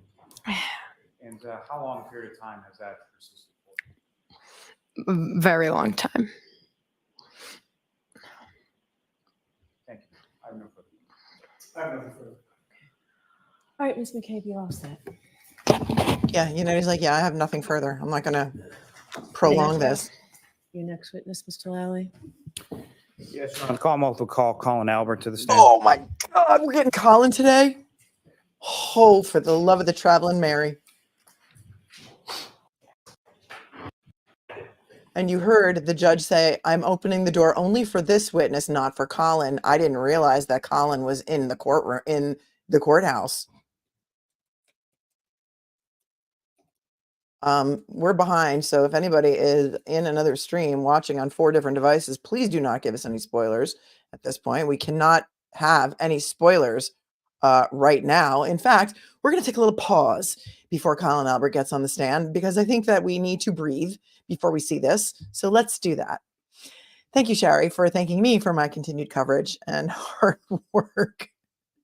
And Laura, thank you. Late, been in meeting. Did Ryan Nagel just say feds? Yep, that was way earlier today. YouTube turns. Thank you for the 10 for the super sticker. Holly, thank you for the 20. Thank you, Mel, for your time and insight as a lawyer, regardless of your background as a lawyer. If I ever get in trouble, I want you. Maddie P, thanks for the super chat. She can change the contact name to say Colin. That is true. Janine, thanks for being a member for 5 months. Text on iPhones can be altered. I love it here. We all love it here. I love it here too. Can't even believe we're going to get Colin Albert today. We need to breathe. Thanks, Holly, for the 5. Lally rest. Can we get to real evidence to show that Karen's innocent? Thanks, Jam Jar, for your super sticker. Sue became a new member. Renee, thanks for the super chat. Is this evidence? Is this a circus or a trial? What other court in the United States of America would allow this in as evidence? You couldn't make this up. Yes, Renee, I think we agree with you. Barbara Brady, they may text on Facebook. Lots of people do. That's right. Thanks for the 5. Could be on Messenger. You're right. Renee says, of course, there are red Solo cups in the photo. Maybe they would need to collect evidence later. We might be beyond the Twilight Zone. Thanks, Renee, for the 5. Jimmy became a member. Jimmy. And Rosemary became a member. Welcome. Kathy, thanks for your super sticker. Ben George said earlier, he said to her when he first brought up Life 360 that it might seem like a detriment to her. Well, to the prosecution, it is. You're right, Ben. Thanks for the 5. Life 360 fail. This person changed their name to be Life 360 fail. Thanks for the 5 super sticker. KOB for the complete circus super chat. Thank you. And on top for the super sticker. Chat is going crazy. All right, let's try and keep it classy, despite what we may or may not think about this next witness. Ladies and gentlemen, I present to you the infamous Colin Albert.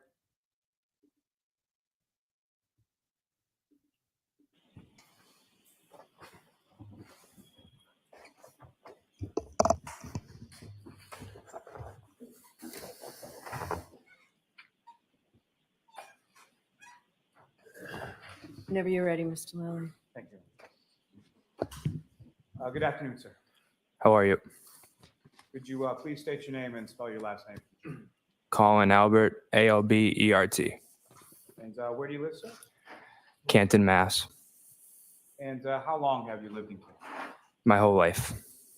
And who, if anyone, do you live in Canton with? I live with my mother, my father, and my 2 brothers, And your mother and your father, what are their names? Julie and Chris Albert. And your brothers, what are their names? Chris and Dylan Albert. And as far as within the age of you and your 2 brothers, where do you fall in that? I am the middle child. And how old are you, sir? I'm 20 years old. And do you work? Do you go to school? I go to school at Bridgewater State. And what year are you in? I am going into my junior year. Now, sir, if I could turn your attention to January 28th into January 29th of 2022. Recall those days? Yes. Do you recall what days of the week they were? I do not. Do you recall whether it was a weekday, weekend? Weekend. And turning your attention to the evening of January 28th, do you recall where you went that night? Yes, I do. And just to be clear, around that time, were you in college? Were you in high school? What grade were you in? I was a senior in high school. So end of January, you would have been about 4 months away or so from graduation, correct? Yes, sir. And on that evening, where did you, at some point, did you leave your home and go out? Yes, I did. And do you recall about what time it was that you went out? I do not remember. Do you recall whether it was light or dark when you went out? It was dark. And where did you, upon leaving your house, where did you go? I went to one of my buddy's houses. And that buddy, what was his? Mike. And where does Mike live in relation to you? Can you rephrase that? Does Mike live in Canton as well? Yes, he does. And about how far is it from your house to Mike's house? About like 7-8 minutes. And when you got to Mike's house, was it just you and Mike, or who, if anyone else, was there? I do not remember who was there. Notice every one of the Alberts testifies that everything is about 7 to 8 minutes away. Takes 7 to 8 minutes to get home from Waterfall in the car. Everything is 7 to 8 minutes away. And a lot of things happened at 12:10 a.m. But it's very odd the way everyone says 7 to 8 minutes. Is it just me? Am I detail oriented too? Was there more than just the 2 of you? Yes. And generally speaking, when you got to Mike's house, what is it that you did when you got there? I do not remember. Now, as far as how you got from your house to Mike's house, do you recall how you got there? No, I do not remember. Let me ask you this. Did you walk? Did you drive? Did you get a ride? I got a ride. Do you recall who you got a ride from? No. And When you, do you recall, let me ask you this, as far as that particular night that you went out, did you drink any alcoholic beverages while you were out? Yes. And did you drink any of those at Mike's house? Yes. And do you recall generally what you were drinking that night? Bud Light. And when Another plug for Bud Light in the chat, and also throwing Mike's parents under the bus for allowing 17-year-olds to be drinking the Bud Light in the house. I don't know. Here in New York, we have something called the social host law, which says if your children, and they are children at 17, or anybody in your house is underage and there's drinking going on in your house, you can be held liable as a parent. I guess you guys don't have that thing in Massachusetts, the social host law like we have here, but it's all good. Throwing Mike's parents under the bus. What is Mike's last name? Anybody remember? Leonardo, something like that. I've seen him in videos and social media posts as well, and he looks far different. Let his hair grow. They let his hair grow out. They went over to TJ Maxx or something and got the kid a button-down shirt and tried to make him look as nerdy as possible. And look, that is a thing. It's a thing. The appearance of witnesses is a thing. And you will tell your witnesses how to dress and how to behave, and look at his posture. Look at how he's kind of hunched over. Clean shaven.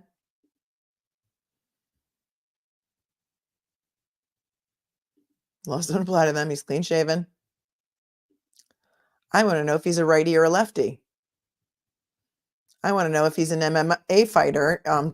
Could they attack with both hands? Are they ambidextrous when it comes to fighting or punching? I just want to know these things for my own personal information. Yep, sure did, says GP Dog Drool. He looks like a nice little school kid. That's the idea. Yannetti, thank you very much. Thank you very much, Pretty Pauline. Mike Yannetti, is he on the witness list? We'll find out. Back to Colin drinking at 17 years old at Mike Yannetti's house. you were at Mike's house on that particular evening, do you recall about how long you were there for? A few hours. And do you recall how much you had to drink while you were at Mike's house? I do not remember. And so in reference to you going out and going over Mike's house and having some beers over there, is that why you didn't drive?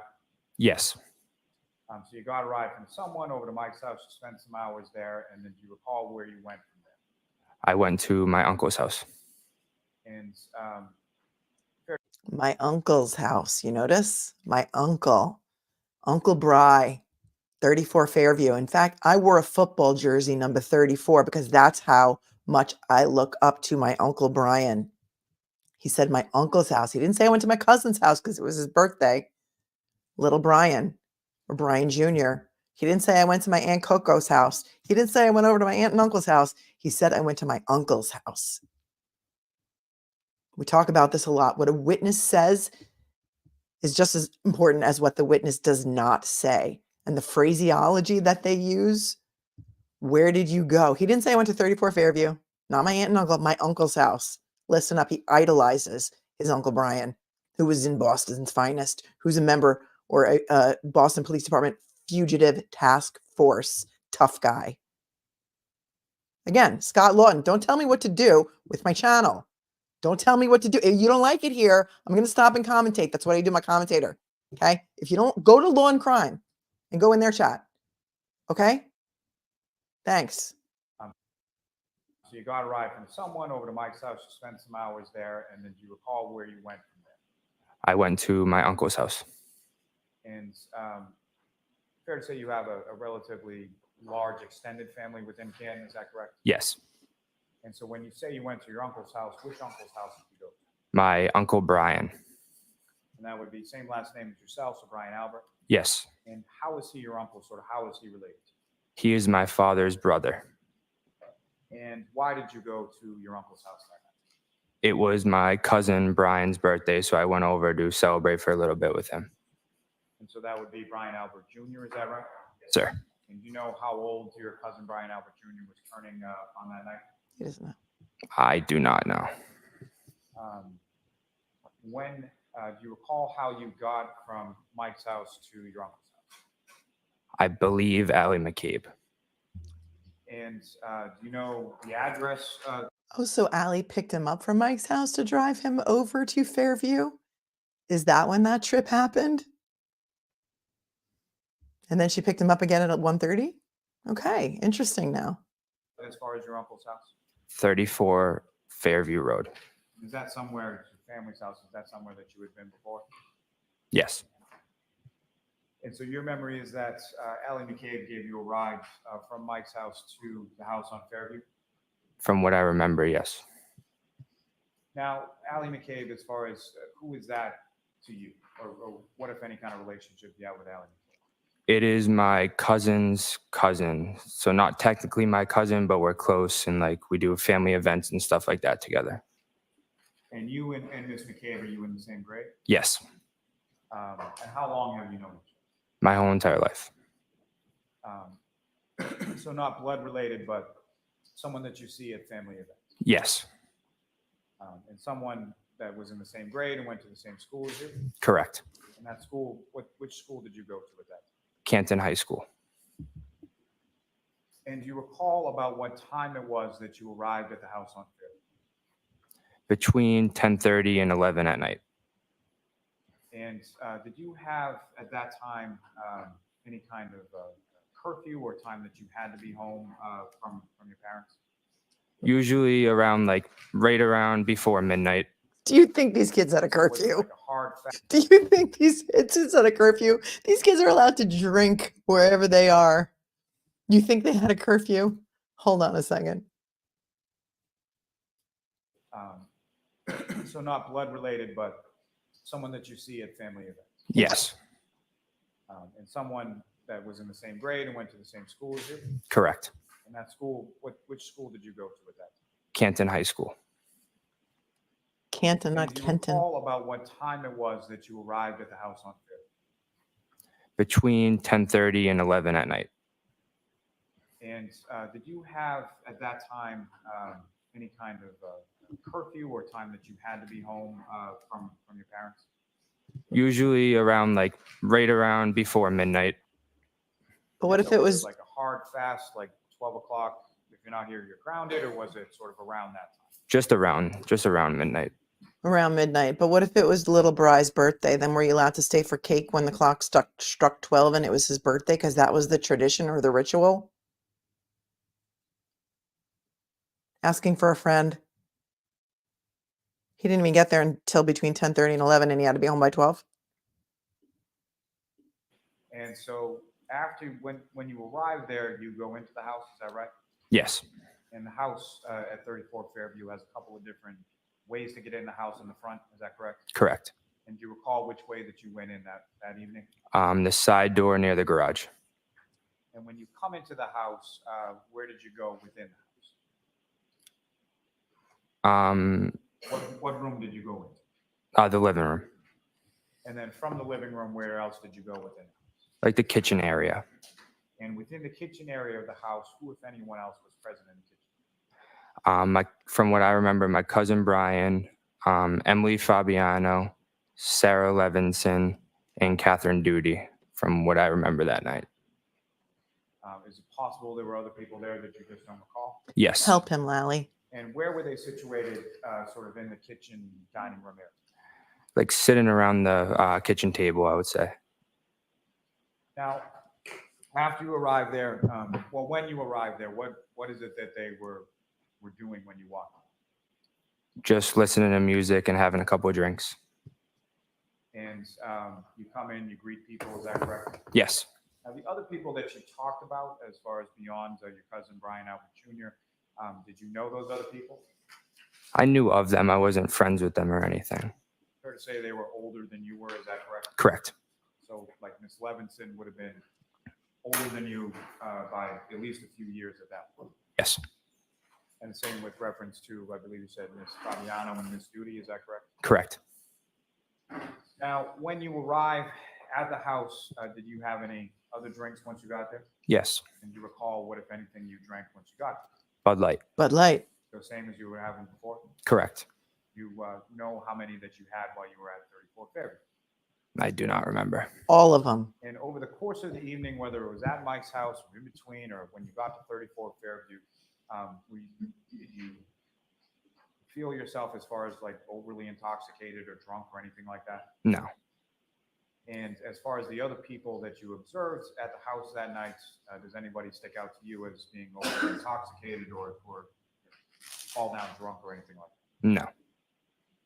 Now, with reference to when you came into the house, you mentioned there was music playing. How would you describe sort of the general mood within the house? What music was playing? What kind of music were you playing? Were you playing like headbanger music? Were you playing like rap? Was it Taylor Swift? What kind of music was playing? I want to know. Ask some questions that we want to know the answers to, Lally, instead of showing him 14 pictures of the house that we have no idea when they were taken. What was the general mood within the house? How about you're talking to a kid? What was the vibe, man? What was the vibe when you walked in? Were the vibes off? What was the general mood within the house? It was happy. It was, yeah. Now, as far as that area where you first observed the people around the table in the kitchen dining room area when you came in, did you ever see anybody else go anywhere else in the house? Not that I remember. Did you yourself go anywhere? Did you see anybody else in the house go anywhere else in the house? Or did you have eyes on all these people the entire time that you were there? Because nobody ever went to the bathroom. You're all drinking like a bunch of sailors with your Mick Ultra and your Bud Lights and your Trulies and your White Claws. That's what we know they were serving. But nobody ever went to the bathroom. Nobody ever left your view. Anywhere else? No. At any point in time in the evening while you were there, did you go upstairs or downstairs in the basement or out in the backyard or anywhere else besides the kitchen dining? Compound question, objection. Did you go in the basement? No. Did you go outside? No. Did you go in the backyard? No. But he's going to ask it all together because he doesn't know what he's doing. Did you go upstairs or downstairs in the basement or out in the backyard or anywhere else besides the kitchen dining room area? No. Beyond maybe the restroom at some point? Yeah. Other than that, no. At least he admits he went to the How long restroom. were you at your uncle's house that night to celebrate your cousin's birthday? Probably around like an hour and a half. And so about what time would it have been that you left? 12:10. Didn't I say that? Everyone says 12:10. Around what time? He says, how long were you there? Probably around an hour to an hour and a half. So they didn't get there till 10:30, 11. Let's say 11, hour and a half, 12:30. But he says he left at 12:10. Come on. Do you don't think the jury's seen right through this, that these kids were coached? No. And about how long were you About at how long? your uncle's house that night to celebrate your cousin's birthday? Probably around like an hour and a half. And An hour and a about half. what time would it have been that you left? 12:10. And with respect to your leaving the house, who, if anyone, did you contact to facilitate?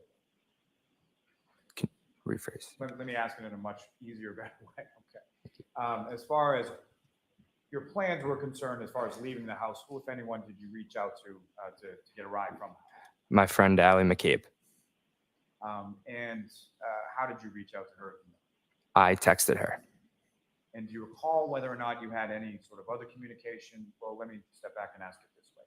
At that point in time, in January of 2022, you had Ms. McCabe's information saved as a contact in your phone. Is that correct? Correct. And on prior occasions, had you had a chance to, call that number from your cell phone that you had programmed in as ALLIE McCABE? Correct. And when you called that number, who, if anyone, answered the phone? ALLIE. Now, with respect to text communications, had you had text communications with that contact in your phone as ALLIE McCABE prior to that date of January 28th? Yes. And when? Thank you, Eddie Haskell. Will he sniff and scratch like dad under pressure? Do do do do do do do do do do do do do under pressure. That might be the title of tonight's thumbnail. Under pressure. Name that artist. And what do you think's going to happen during cross? Who do you think's going to cross him? And do you think they're going to be able to push his buttons? Under pressure. J-Max says they were playing Adele.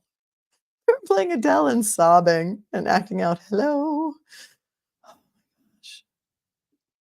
When you had those conversations, did you then also have subsequent sort of in-person conversations with ALLIE McCABE as well?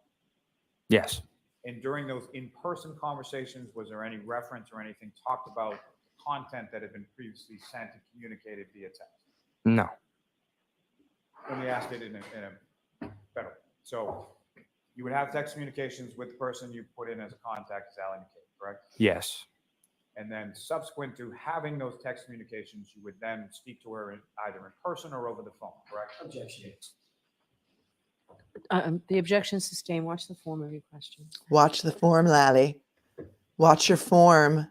Following those text communications with the person that you had input in your phone, what, if any, verbal conversations would you have in reference to the content of the text?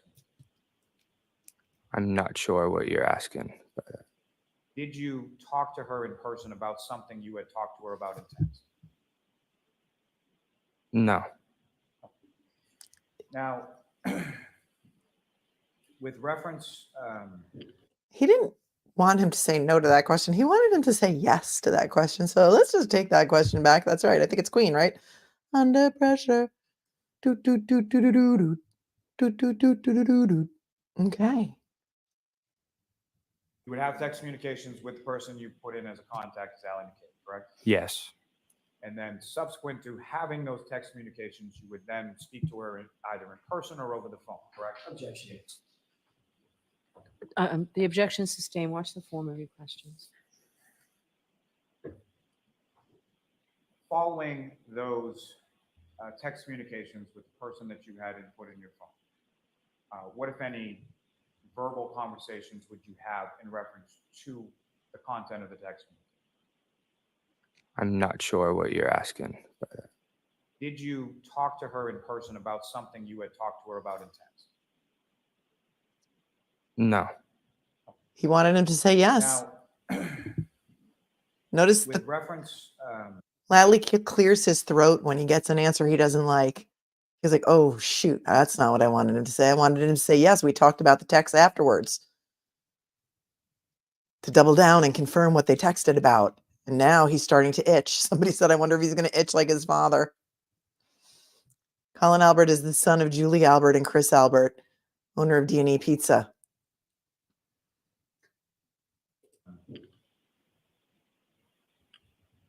on that specific date of January 28th,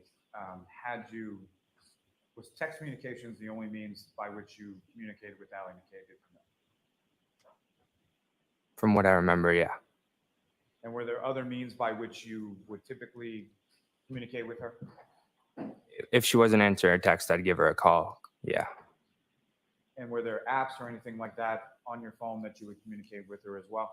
Snapchat sometimes. Was she on your Life Now, 360? with respect to Snapchat and your family, specifically your cousins, what, if any, sort of group Snapchat chains were there with respect to your family? Yes. And specifically, who were those sort of group Snapchat chains? Who was included within it? I have a Snapchat group chat with my cousins. And you have cousins on basically your father's side and your mother's side, correct? Not on my mother's side, no. You have no cousins on your mother's side? No. And with respect to the cousins on your father's side, would it be all of your cousins that were included within that? Not all of them, no. And so who of your cousins would be included on those kind of group Snapchat chains? My older brother, Chris, my younger brother, Dylan, my cousin, Kevin, Brian, Brendan, Caitlin, Kayla, and I believe that is it. And if you recall, was there any communication on that group Snapchat chain in regard to Brian Jr.'s birthday on that date of January 28th or 29th? No, not that I remember. Now, with respect,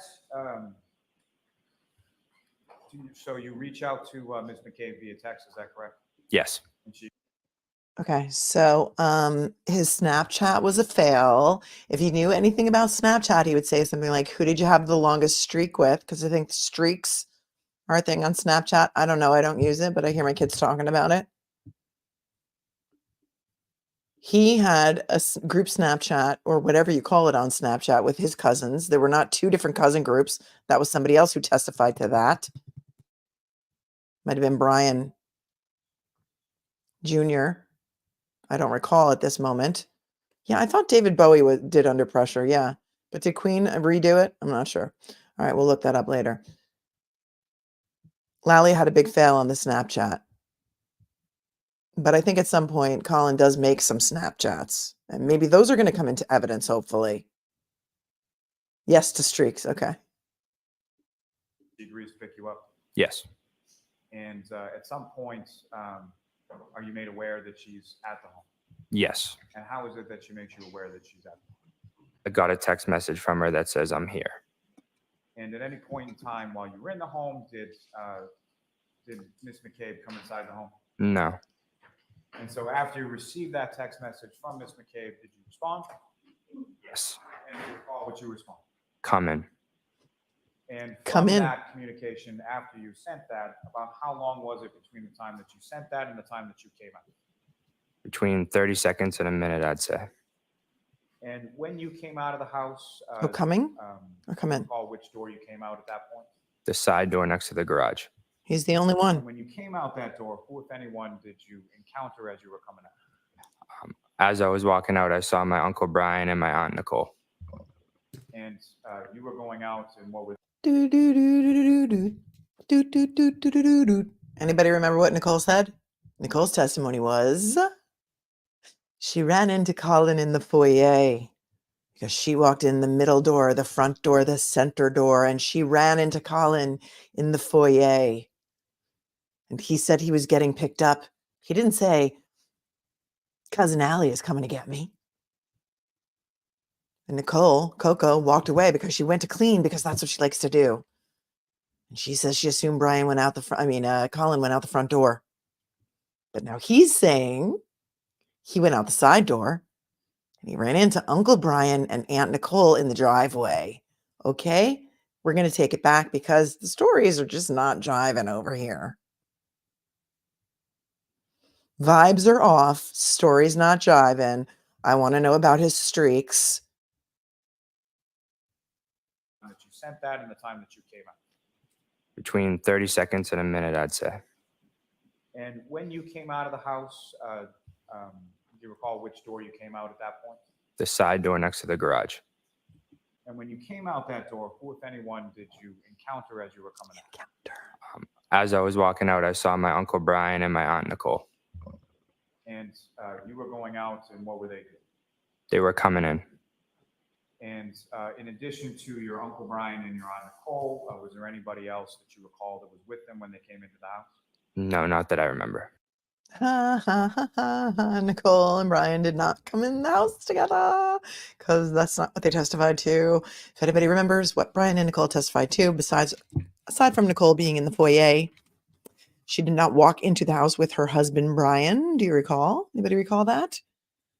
And apparently Mr. Lally did not prep Colin Albert very well for his testimony because it's directly conflicting with that of the homeowners of 34 Fairview, his aunts and uncles.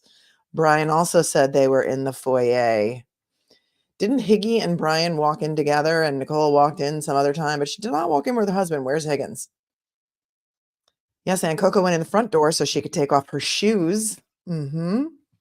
Diametrically opposed responses regarding Colin Albert's exit.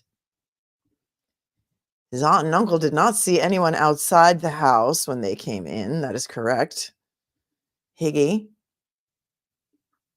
They see each other at family events, yet remember they aren't family. Okay. Has Karen Reed been mentioned today? I don't think so. Caroline Elizabeth? Maybe once. Bob Weir says he left as they were coming in. Brian and Coco lied. Somebody's not remembering something. And what if any He came does- into that two, and what were they doing? They were coming in. And in addition to your Uncle Brian and your Aunt Nicole, was there anybody else that you recall that was with them when they came into the house? No, not that I remember. Where was Caitlin?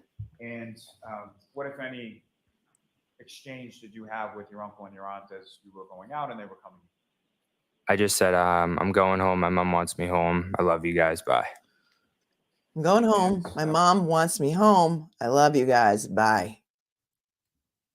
Remember what Julie testified to? She went home early from the waterfall because she had a migraine because they were sitting too close to the band. She was home. I don't think she ever said she texted Colin or called Colin and told him she wanted him home. We're going to need to go back and watch everyone's testimony on our own. That's our homework so that we can get these stories straight. Because unlike Carrie Roberts and Jen McCabe, we didn't make a timeline. I didn't anyway. But we're going to find out that Jen McCabe and Carrie Roberts made a timeline of events before they testified in front of the grand jury. My mom wants me home. I'm leaving. I love you. Goodbye. Notice how the parents couldn't even get home in time for the stroke of midnight to celebrate their son, little Brian's birthday with cake. He says he left at 12:10. So the parents of little Bri didn't seem to think it was important to get home for the stroke of midnight when they had some cake, according to Juliana Nagel. Was there cake? Did they have cake? Did he get to eat the cake before he left? I have questions. I remember. And what, if any, exchange did you have with your uncle and your aunt as you were going out and they were coming? I just said, I'm going home. My mom wants me home. I love you guys. Bye. And you then went outside of the house, is that correct? Correct. And did you see Ms. McCabe outside? Yes. And where was she where was her vehicle in relation to the house? In the driveway. Now, do you recall what type Wait, of which vehicle? Ms. McCabe? Jen McCabe? Allie McCabe? That was not very clear because we know that Jen McCabe also showed up. So was it Allie? Was it Jen? He just said Ms. McCabe. It's not a very clear question. See Ms. McCabe outside? Yes. And where was she where was her vehicle in relation to the house? In the driveway. Now, do you recall what type of vehicle Ms. McCabe was driving on that particular night or had at that time? I believe it was the blue Ford that they had. And was that a sedan? Was that an SUV? What type of vehicle? A sedan. And so you come out, that's in the driveway, correct? Correct. Do you recall whether or not it was parked on the left side or the right side of the driveway? I do not remember. Well, that's funny because if he's walking out while Nicole and Brian are walking in, they say they have no idea who picked him up. They didn't know who picked him up, and she certainly was not in the driveway, and it certainly wasn't Allie McCabe.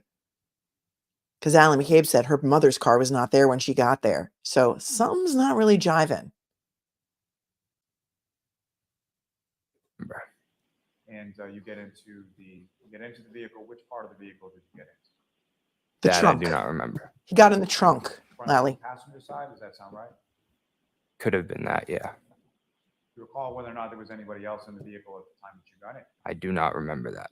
Do you recall whether or not there was anybody else in the vehicle at the time that she had dropped you off at that location? I do not remember that either.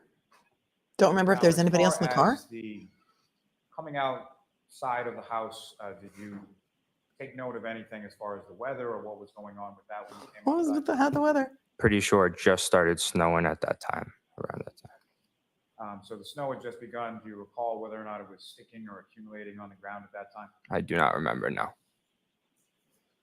Now, you get into the car and where did you go? She drove me right home. So no stops along the way, just straight from Fairview to your house. Correct. And about how long a period or how long a drive is it? Anywhere between 5-10 minutes. Now, as you were outside of the house walking to the car and after the car sort of backs out of the driveway and leaves, did you observe anything abnormal or unusual outside of your uncle's house that night? No, Did you observe any other cars outside at that time? not that I remember. Did you see a dead body on the lawn? You didn't see any other cars Okay. And you went straight home. Do you think that Allie is furiously texting him now? Dude, they have the Life 360 info. Dude, dude, dude. Now, Allie has a mother and a father, and you're familiar with them. Is that correct? Correct. And what are their names? Jennifer and Matt. Same last name as McCabe. Yes. And are you familiar with what types of vehicles they have? Yes. And when you came out of the house and got into Allie's Ford sedan, did you see any vehicle you would associate with either Jennifer or Matthew McCabe at the house at that time? No. And so you drive home and you go to your house without the address. Whereabouts within the town of Canton were you living at that point? It's right in the center of Canton near the Seasons gas station. And is that a single-family house or a multi-family house? Or what? It is a condominium. And when Mr. K pulls in and parks, you get out, correct? Yes. And so in order to get into the building, in order to get into your home, how is it that you get into your home when you get to the condo? There's a door around back that I go into, and I gotta either have a key or they buzz me in, but I usually have a key, and I gotta go up 3 flights of stairs, and then we're at the top level in the condominium. And so you have to get sort of into the building before you can get into your own unit. Correct. And did you notice whether or not Ms. McCabe was still there as you were, excuse me. Did you notice whether or not Ms. McCabe was still out there parked when you opened the door with the key? Can we please discern between Allie McCabe and Jen McCabe? Because there's a lot of McCabes involved in this case, Mr. Lally. And we'd like to know, Lolly Flop, let the record be clear that you're talking about Allie McCabe. That I do not remember. And you get into the condo, or you get into your home, and who, if anyone, was living with you at that time? My parents and my little brother Your older brother, where was he? in San Diego. He was in the service, is that correct? Correct. And as far as your little brother, and your father and your mother, were they home when you got home? Yes. And how do you know? Because I remember my parents being up in their bedroom that night. Is there any sort of rule or sort of, for lack of a better term, like protocol as far as when you come home, where do you go sort of first thing when you walk in? I always tell my mom and my dad that I'm home, and usually go up to their bedroom, give them a hug goodnight, tell them I love them, and then go down to bed. And did you do that on that occasion? Yes. So sort Julie Albert testified that it was a kiss goodnight. Chris Albert testified that Colin just stuck his head in the bedroom door and said, I'm home. I love you. Good night. Now it's a hug.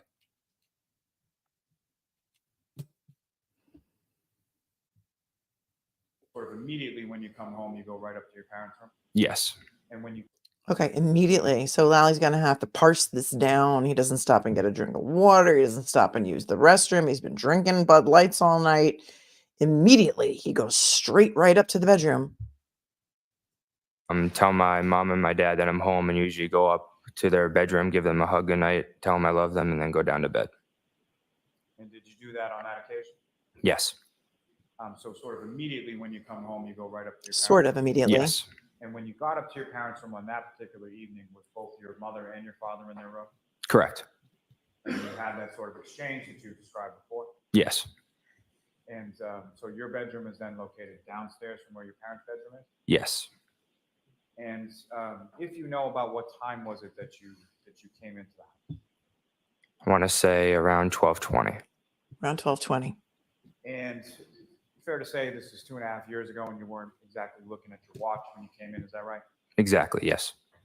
And as far as being home or having that curfew around midnight or so, did you get in trouble for being late that night? No. Objection. I'll sustain the objection. I'll strike that. Now,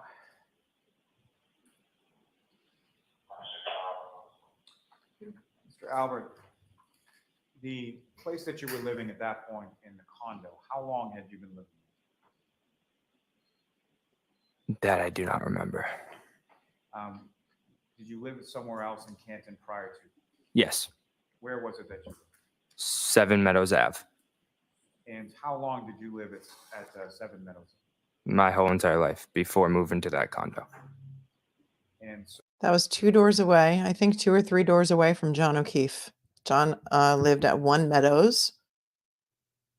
And Colin, for his entire life, lived at 7 Meadows. Remember, they had a nickname for John O'Keefe. They called him Mr. Nebercracker, the get off my lawn guy from the animated movie Monster House. so all I'm sort of trying to ascertain here is, so from the time of January 28, 29, 2022, was it a long time, short time, months, weeks, years? How long had you been living at the condo? Short time, I'd say a couple months. And so prior to that couple of months, you had lived your whole life at 7 Meadows Ave, correct? Correct. And that was a single family house, is that correct? Yes. And with respect to living on Meadows Ave, did you know people that lived on your street growing up? Yes. And at some point while you were living there, did you come to know someone by the name of John O'Keefe? Yes. And how did you know Mr. O'Keefe? He lived at the top of our street. So how many houses, if you know, were sort of in between your house and Mr. O'Keefe? 2. And do you know how long that Mr. O'Keefe had been living on that street? I do not know. And how did you know him, sort of, if you could describe sort of your relationship with your neighbor, Mr. O'Keefe? I knew him because I knew that my parents were friendly with him. And I knew he lived at the top of our street. That's how I knew him. Oh, getting in the And, parents are friendly with him. Were you aware? Parents are friendly with him. Guys, people who live in Canton. Were his parents, Chris and Julie Albert, friendly with John O'Keefe?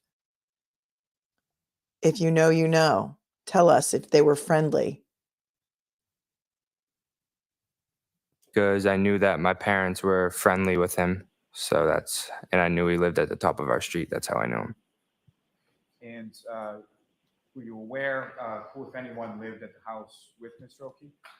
I know his 2 kids that he brought in, adopted, lived there. And I'm not sure who else. And that would have been his niece and his nephew that he adopted, correct? Correct. And where were they in relation to you as far as ages were concerned? A lot younger. I don't know the exact age difference, but So if you were in high school, they would have been some grade far below. yes. Now, as far as your relationship with Mr. O'Keefe, your neighbor, about how often would it be that you would see him? Not often. I'd drive by every now and then. He'd be outside and I would wave. He'd wave back. That was pretty much it. And during the time that you lived on Meadows Ave, or a couple months subsequent to that, is there ever any animosity or any sort of arguments or anything that you would ever had with Mr. O'Keefe? Never. Never. How would you describe Mr. O'Keefe from your perspective, as far as how would you describe him as a person? A nice guy, a good guy. Nice guy, good guy.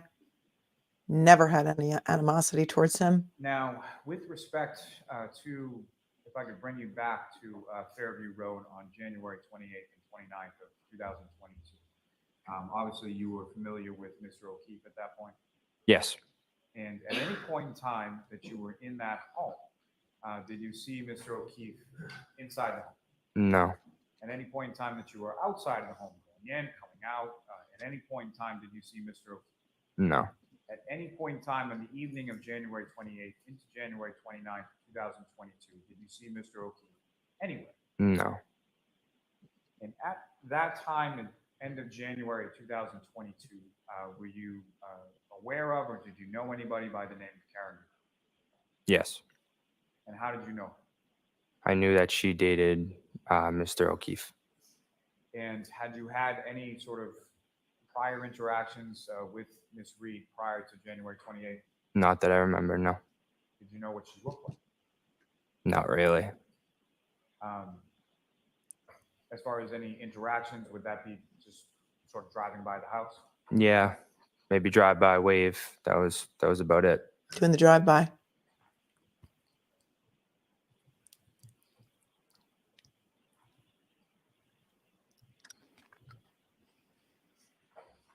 Itchy. It's getting itchy. Finally, Karen's name is mentioned. I may have one moment. At or around 4 p.m. Bang, bang. How many beer cans did you throw on John O'Keefe's lawn? Now, as far as that sort of reaching out to Ms. McCabe on that particular evening, was that something that you had done before? Yeah.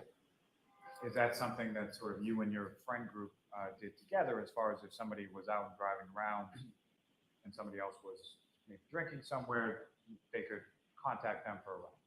Yes, correct. That was as opposed to somebody drinking and then getting behind the wheel and driving, correct? Exactly. We're all responsible. Lollipop. Now, sir, at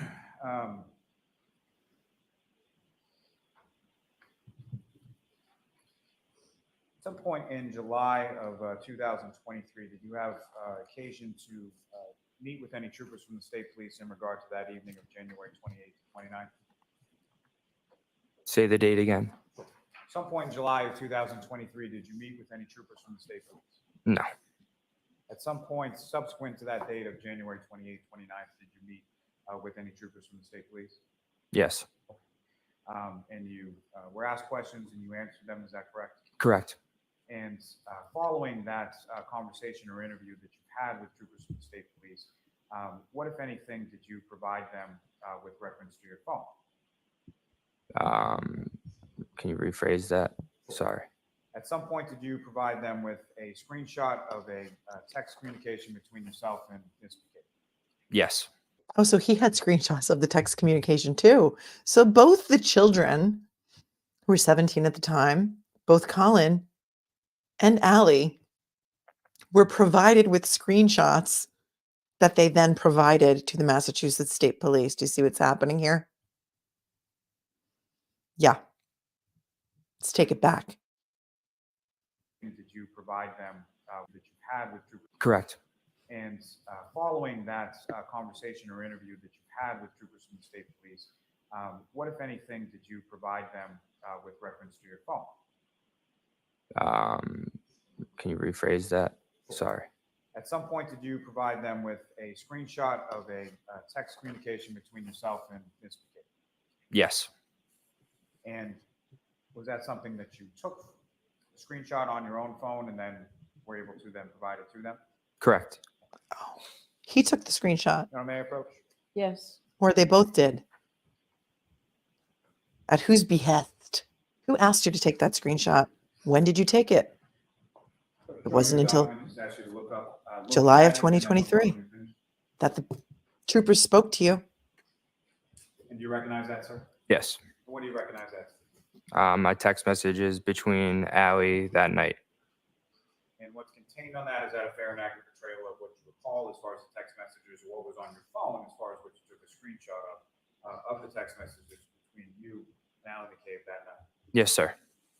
I approach again, Your Honor? Yes. I'm to seek to introduce in a minute. Mr. Jackson? Sure. Objection. Thank you. All right. And jurors, remember the instruction. Publicist for the jury.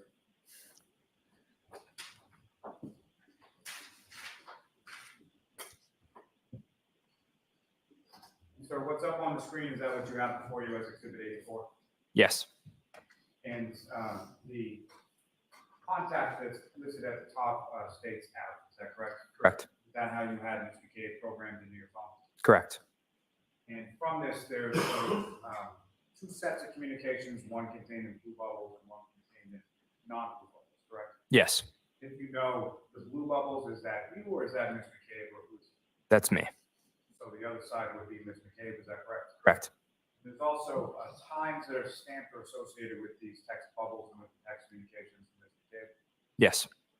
And if I could direct your attention, and maybe easier if you're looking at the paper in front of you, but just sort of starting from the top, January.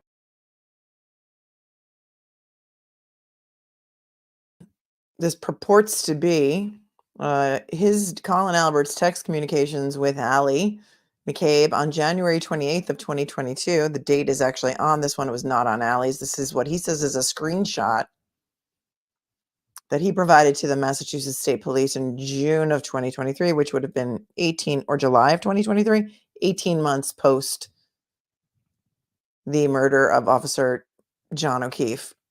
January 28th, 2022 at 11:54 p.m. He texts to Allie, "You can get me now if easier." 11:54. At 11:55, she texts back, "Okay, I'm driving people home now."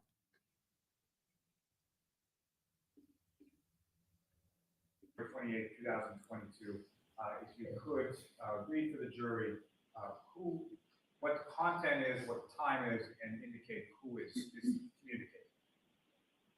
At 11:54, I texted Allie and said, "You can get me now, period." At 11:54, I texted her again and said, "If easier." At 11:55, Allie texted me back and said, "Okay, I am driving people home now."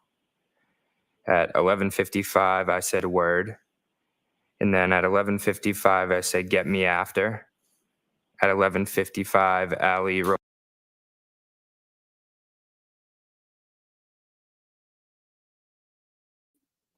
Why didn't the date change? Why didn't there should be a date change here? 11:55 to 12:10 a.m. Why does the date not change to January 29th of 2022? Anybody ever text anybody ever? Doesn't the date change? Am I crazy? This is allegedly a screenshot of a text change that went on between two different days, January 28th and January 29th. That's right. Exactly. That's what I'm saying. Where's the date change? There should be a header right here between 11:55 and 12:10 that now says January 29th of 2022. Right? Of course the date changes after midnight. We know that. The jury's not stupid. wrote back KK. And then at 12:10 a.m., Allie wrote here. And at 12:10 a.m., I wrote back, "Okay." Ms. Gilman, you can take that. Mm-hmm. And Your Honor, may I approach this to retrieve the exhibit? Yes. Please do, because we now know this is a fake. Because we're not stupid and neither is the jury. Now, sir, with respect to that last communication that you sent as far as okay, how long after that message was sent did you then go out to the car where Allie was? Right after, I'd say around 30 seconds. And Your Honor, may I approach the witness again? Yes. Sir, I'm showing you what's been marked as exhibits 82 and 83. Again, I just asked you to take a look at those and look up for you.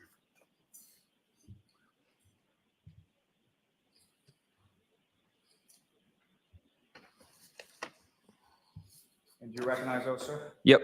And what do you recognize those? Say that again. What is in those photos? A picture of me and my aunt and a picture of me by myself. And do you recall sort of when those photographs were taken? Yes, February 11th. And why is it that you recall that, well, let me ask you this. As far as February 11th was concerned, where were you that day? I was at my uncle's house. And why were you at your uncle's house on that? My cousin was coming home for leave from the Marine Corps, so we had a little gathering for him. And just to be clear, A little gathering. Again, he refers to it as his uncle's house, my uncle's house, my uncle's house, my uncle's house. when you say your uncle, you're talking about your uncle Brian Albert again? Correct. Your cousin that was coming home from the Marines, what's his name? Jack Albert. And so on that evening, you were over that house, is that correct? Correct. And the first picture in exhibit, I believe it's 82, is that correct? You and your aunt Nicole? Correct. And what's contained on there, is that a fair and accurate portrayal of sort of what you looked like as far as your arms, your hands, your face, all of those things on that date of February 11th? Correct. And the second photograph is again you by yourself, is that correct? Correct. And from that photograph, again, is that a fair and accurate portrayal of what you looked like on February 11th? Yes. And from the second photograph in, if you know, where was that taken within the home of your uncle? In the library at 34 Fairview. And again, that library or any of the other rooms within the house beyond The living room, library. or possibly the restroom, did you go into any other areas of the house on that night of January 28th into January 29th? No. Can I approach this to retrieve your honor? Yes.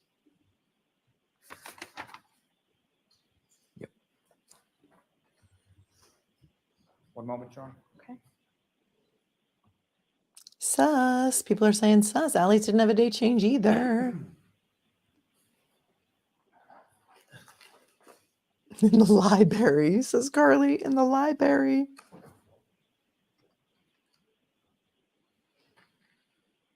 Did you see Chloe at all that night? Was Chloe barking at all that night? On the evening of, or the early morning of January 29th, when you were leaving, beyond your Uncle Brian and your Aunt Nicole, did you see anybody else older than yourself or anybody else related to that group come into the house that evening? No. Thank you, sir. I have nothing further. Mr. Jackson, do you want to begin or wait until the morning? Let's wait. No, it probably makes more sense to wait this morning. Yes. Okay. Thank you. Yes. All right. Ms. Strouber, I'm going to wait until the jurors leave, and then you can follow them. Okay. All right, Wow. jurors, I do have to caution you, please do not discuss. That, my friends, is a wrap on day 12. And what a day it was. We'll be back tomorrow morning for day 13. Unlucky 13. I wonder if they're going to switch day 13. You know how in some buildings in Manhattan, at least, they do not have a 13th floor because of bad luck and all. So we'll have to, it's going to be day 13. I'm just kidding. I'm just kidding. Wow. Going to the chat because it's been quite a day. Put in the chat your favorite moments of the day because I don't know that I can even pick at this point.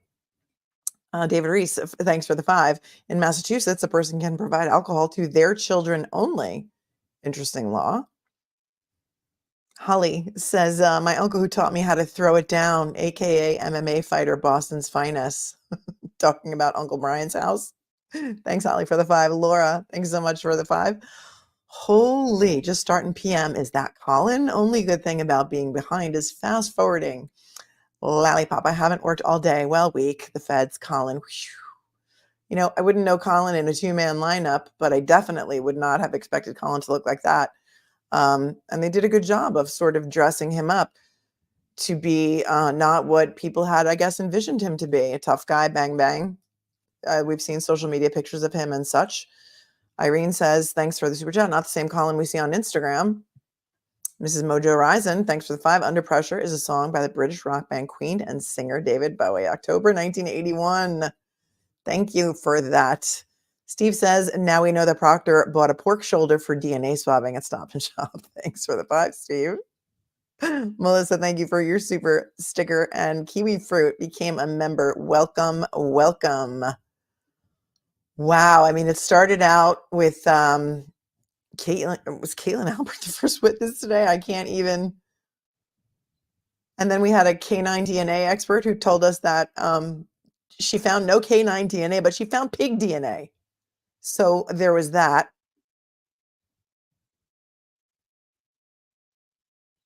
So much.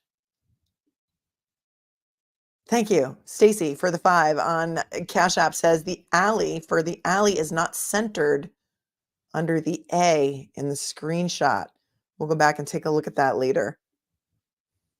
Thank you, Michelle, also for the Cash App. Appreciate you so very much. You guys are amazing on this case and so very generous. I have an on, please. The times aren't even parallel to the numbers. Numbers don't line up. The white space between the 5s and 11:55 gets closer as the message continues. Go back and look at that later. Tell me if you think that was proctored, doctored, or otherwise a counterfeit screenshot of some alleged text messages between Colin and his not cousin Allie, but very close friend Allie. He's known since he was born. Joyce, thank you for the Venmo. Says, thanks for the Karen retrial. No idea how you're sitting there all day, every day. Especially appreciate you insisting nobody make fun of the witnesses. No, not the way they look, not the way they act, you know, just their demeanor and what they're saying, and we can agree with it or not agree with it. Kristen, thank you so much for thanking me for covering the case. And she says, I can't watch it without you. And Melissa, thank you so much for thanking me for my coverage. And you guys are really awesome. Let me just see if we have anybody else here to thank. And yeah, so no canine DNA, which wasn't surprising because that poor witness did not know what she got herself into when she agreed to take on this case because she found pig DNA. So there's that. Bernie wants to know if this is real or we're hallucinating. And at this point, I'm not even quite sure if we all ate the same thing and we're all on the same trip together.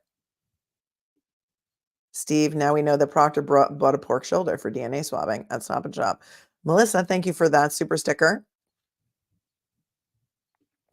Charlene, for being a member for 3 months. When Allie said Colin was gone before John came. Yeah. Allie said in her testimony, the reason she then screenshotted her text with Colin is because it came up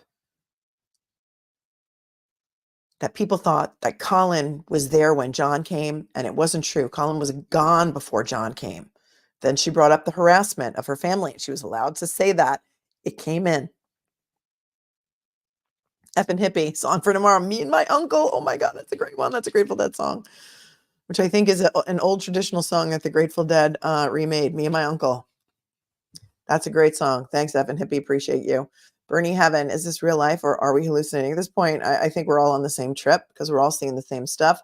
What a long, strange trip it's been. And we're only on day 12. This trial is supposed to go anywhere from 6 to 8 weeks. We are starting week 3. Nina, thank you for your super chat. It says, thank you, Melanie. It's a pleasure being here. Greetings from Switzerland. You guys are worldwide, and I know it. And we all know it. The world is watching. When are they going to mention Karen Reed? When are we going to see any evidence that Karen Reed did anything, as opposed to seeing all kinds of evidence that the McCabes and the Alberts didn't do something? Because that's all we've seen throughout 12 days of testimony.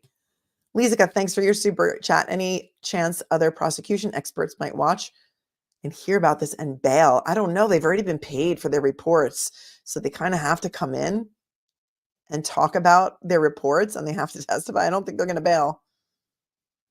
Yeah, me and my uncle. I left his dead ass there by the side of the road. That's right. Oh my gosh. The lyrics are prophetic, says Name. Gary Raven says, I think I heard that Matt McCabe works in IT, as does Brian Albert Jr. Could they be good with phones? Yeah. Trial exhaustion is real. It is real. We all have it. Team Brittany says, I want DUI guy to testify about how much he never wants to defend any of these people after leaving parties. You're so right. Barbara Brady, thanks for being a member for 3 months. I took a screenshot of a date change text with mom. It doesn't show the date, just the time. It depends on your iPhone. Do you have an iPhone? It's going to depend on the model. Mine always has a date change. And I have an iPhone. Till tomorrow, my friends. Sure, you're going to go recap this so we can recap it. Go back and watch everything because it's been quite an explosive. Make sure you like both streams from today. We started off the day with Julie Nagel, right? Julie Nagel was on this morning for a little bit. And then Terry Kuhn came in. She was the DNA expert, the canine DNA expert from UC Davis. She wasn't sent any clothing, only swabs. She found no canine DNA, but she did find some pig DNA. And then we had a lot of testimony about collection methods and such. Ryan Nagel testified today. Heather Maxon testified today. She was a good witness, I thought. Ricky D'Antano, we had testifying today. ALLIE McCABE. And then we left off the day with Colin Albert. And we will start tomorrow morning on Cross with Colin Albert. Wow. Wow. What an explosive day. If you weren't here with me throughout the whole entire day, go back and watch because you missed a whole lot. It's even too hard to recap right now how much excitement we had today. So much excitement. So again, moderators, thank you so much for hanging in there for another almost 3 hours this afternoon. We were on for something like at least 4 hours this morning, 4.5. Go subscribe to Aussie Insider because we saw that amazing, amazing video that she did, which was all the reactions of LawTubers with regard to the opening statements in this case, which were phenomenal. I showed that on the early stream from this morning. Thanks, mods, for keeping it classy. I love you guys to death. To the viewers, replay viewers, to my little cupcakes, my members, thank you so much. Everyone, please hit the like button on your way out. Hit the subscribe button because it's free. And hit the bell so you'll know when I go live. I will see you tomorrow morning for a half day of court tomorrow, starting off with Colin Albert's cross-examination, which is going to be fire. You don't want to miss it. You don't want to miss it. See you tomorrow around 8:45. I'm going to post it later. And remember, my friends, as I always say, to close off the day, be cool, be kind, be classy. It's not hard. I promise you, it is really not hard. You can do it. Stay safe out there, my friends. Peace out. Good night, everybody.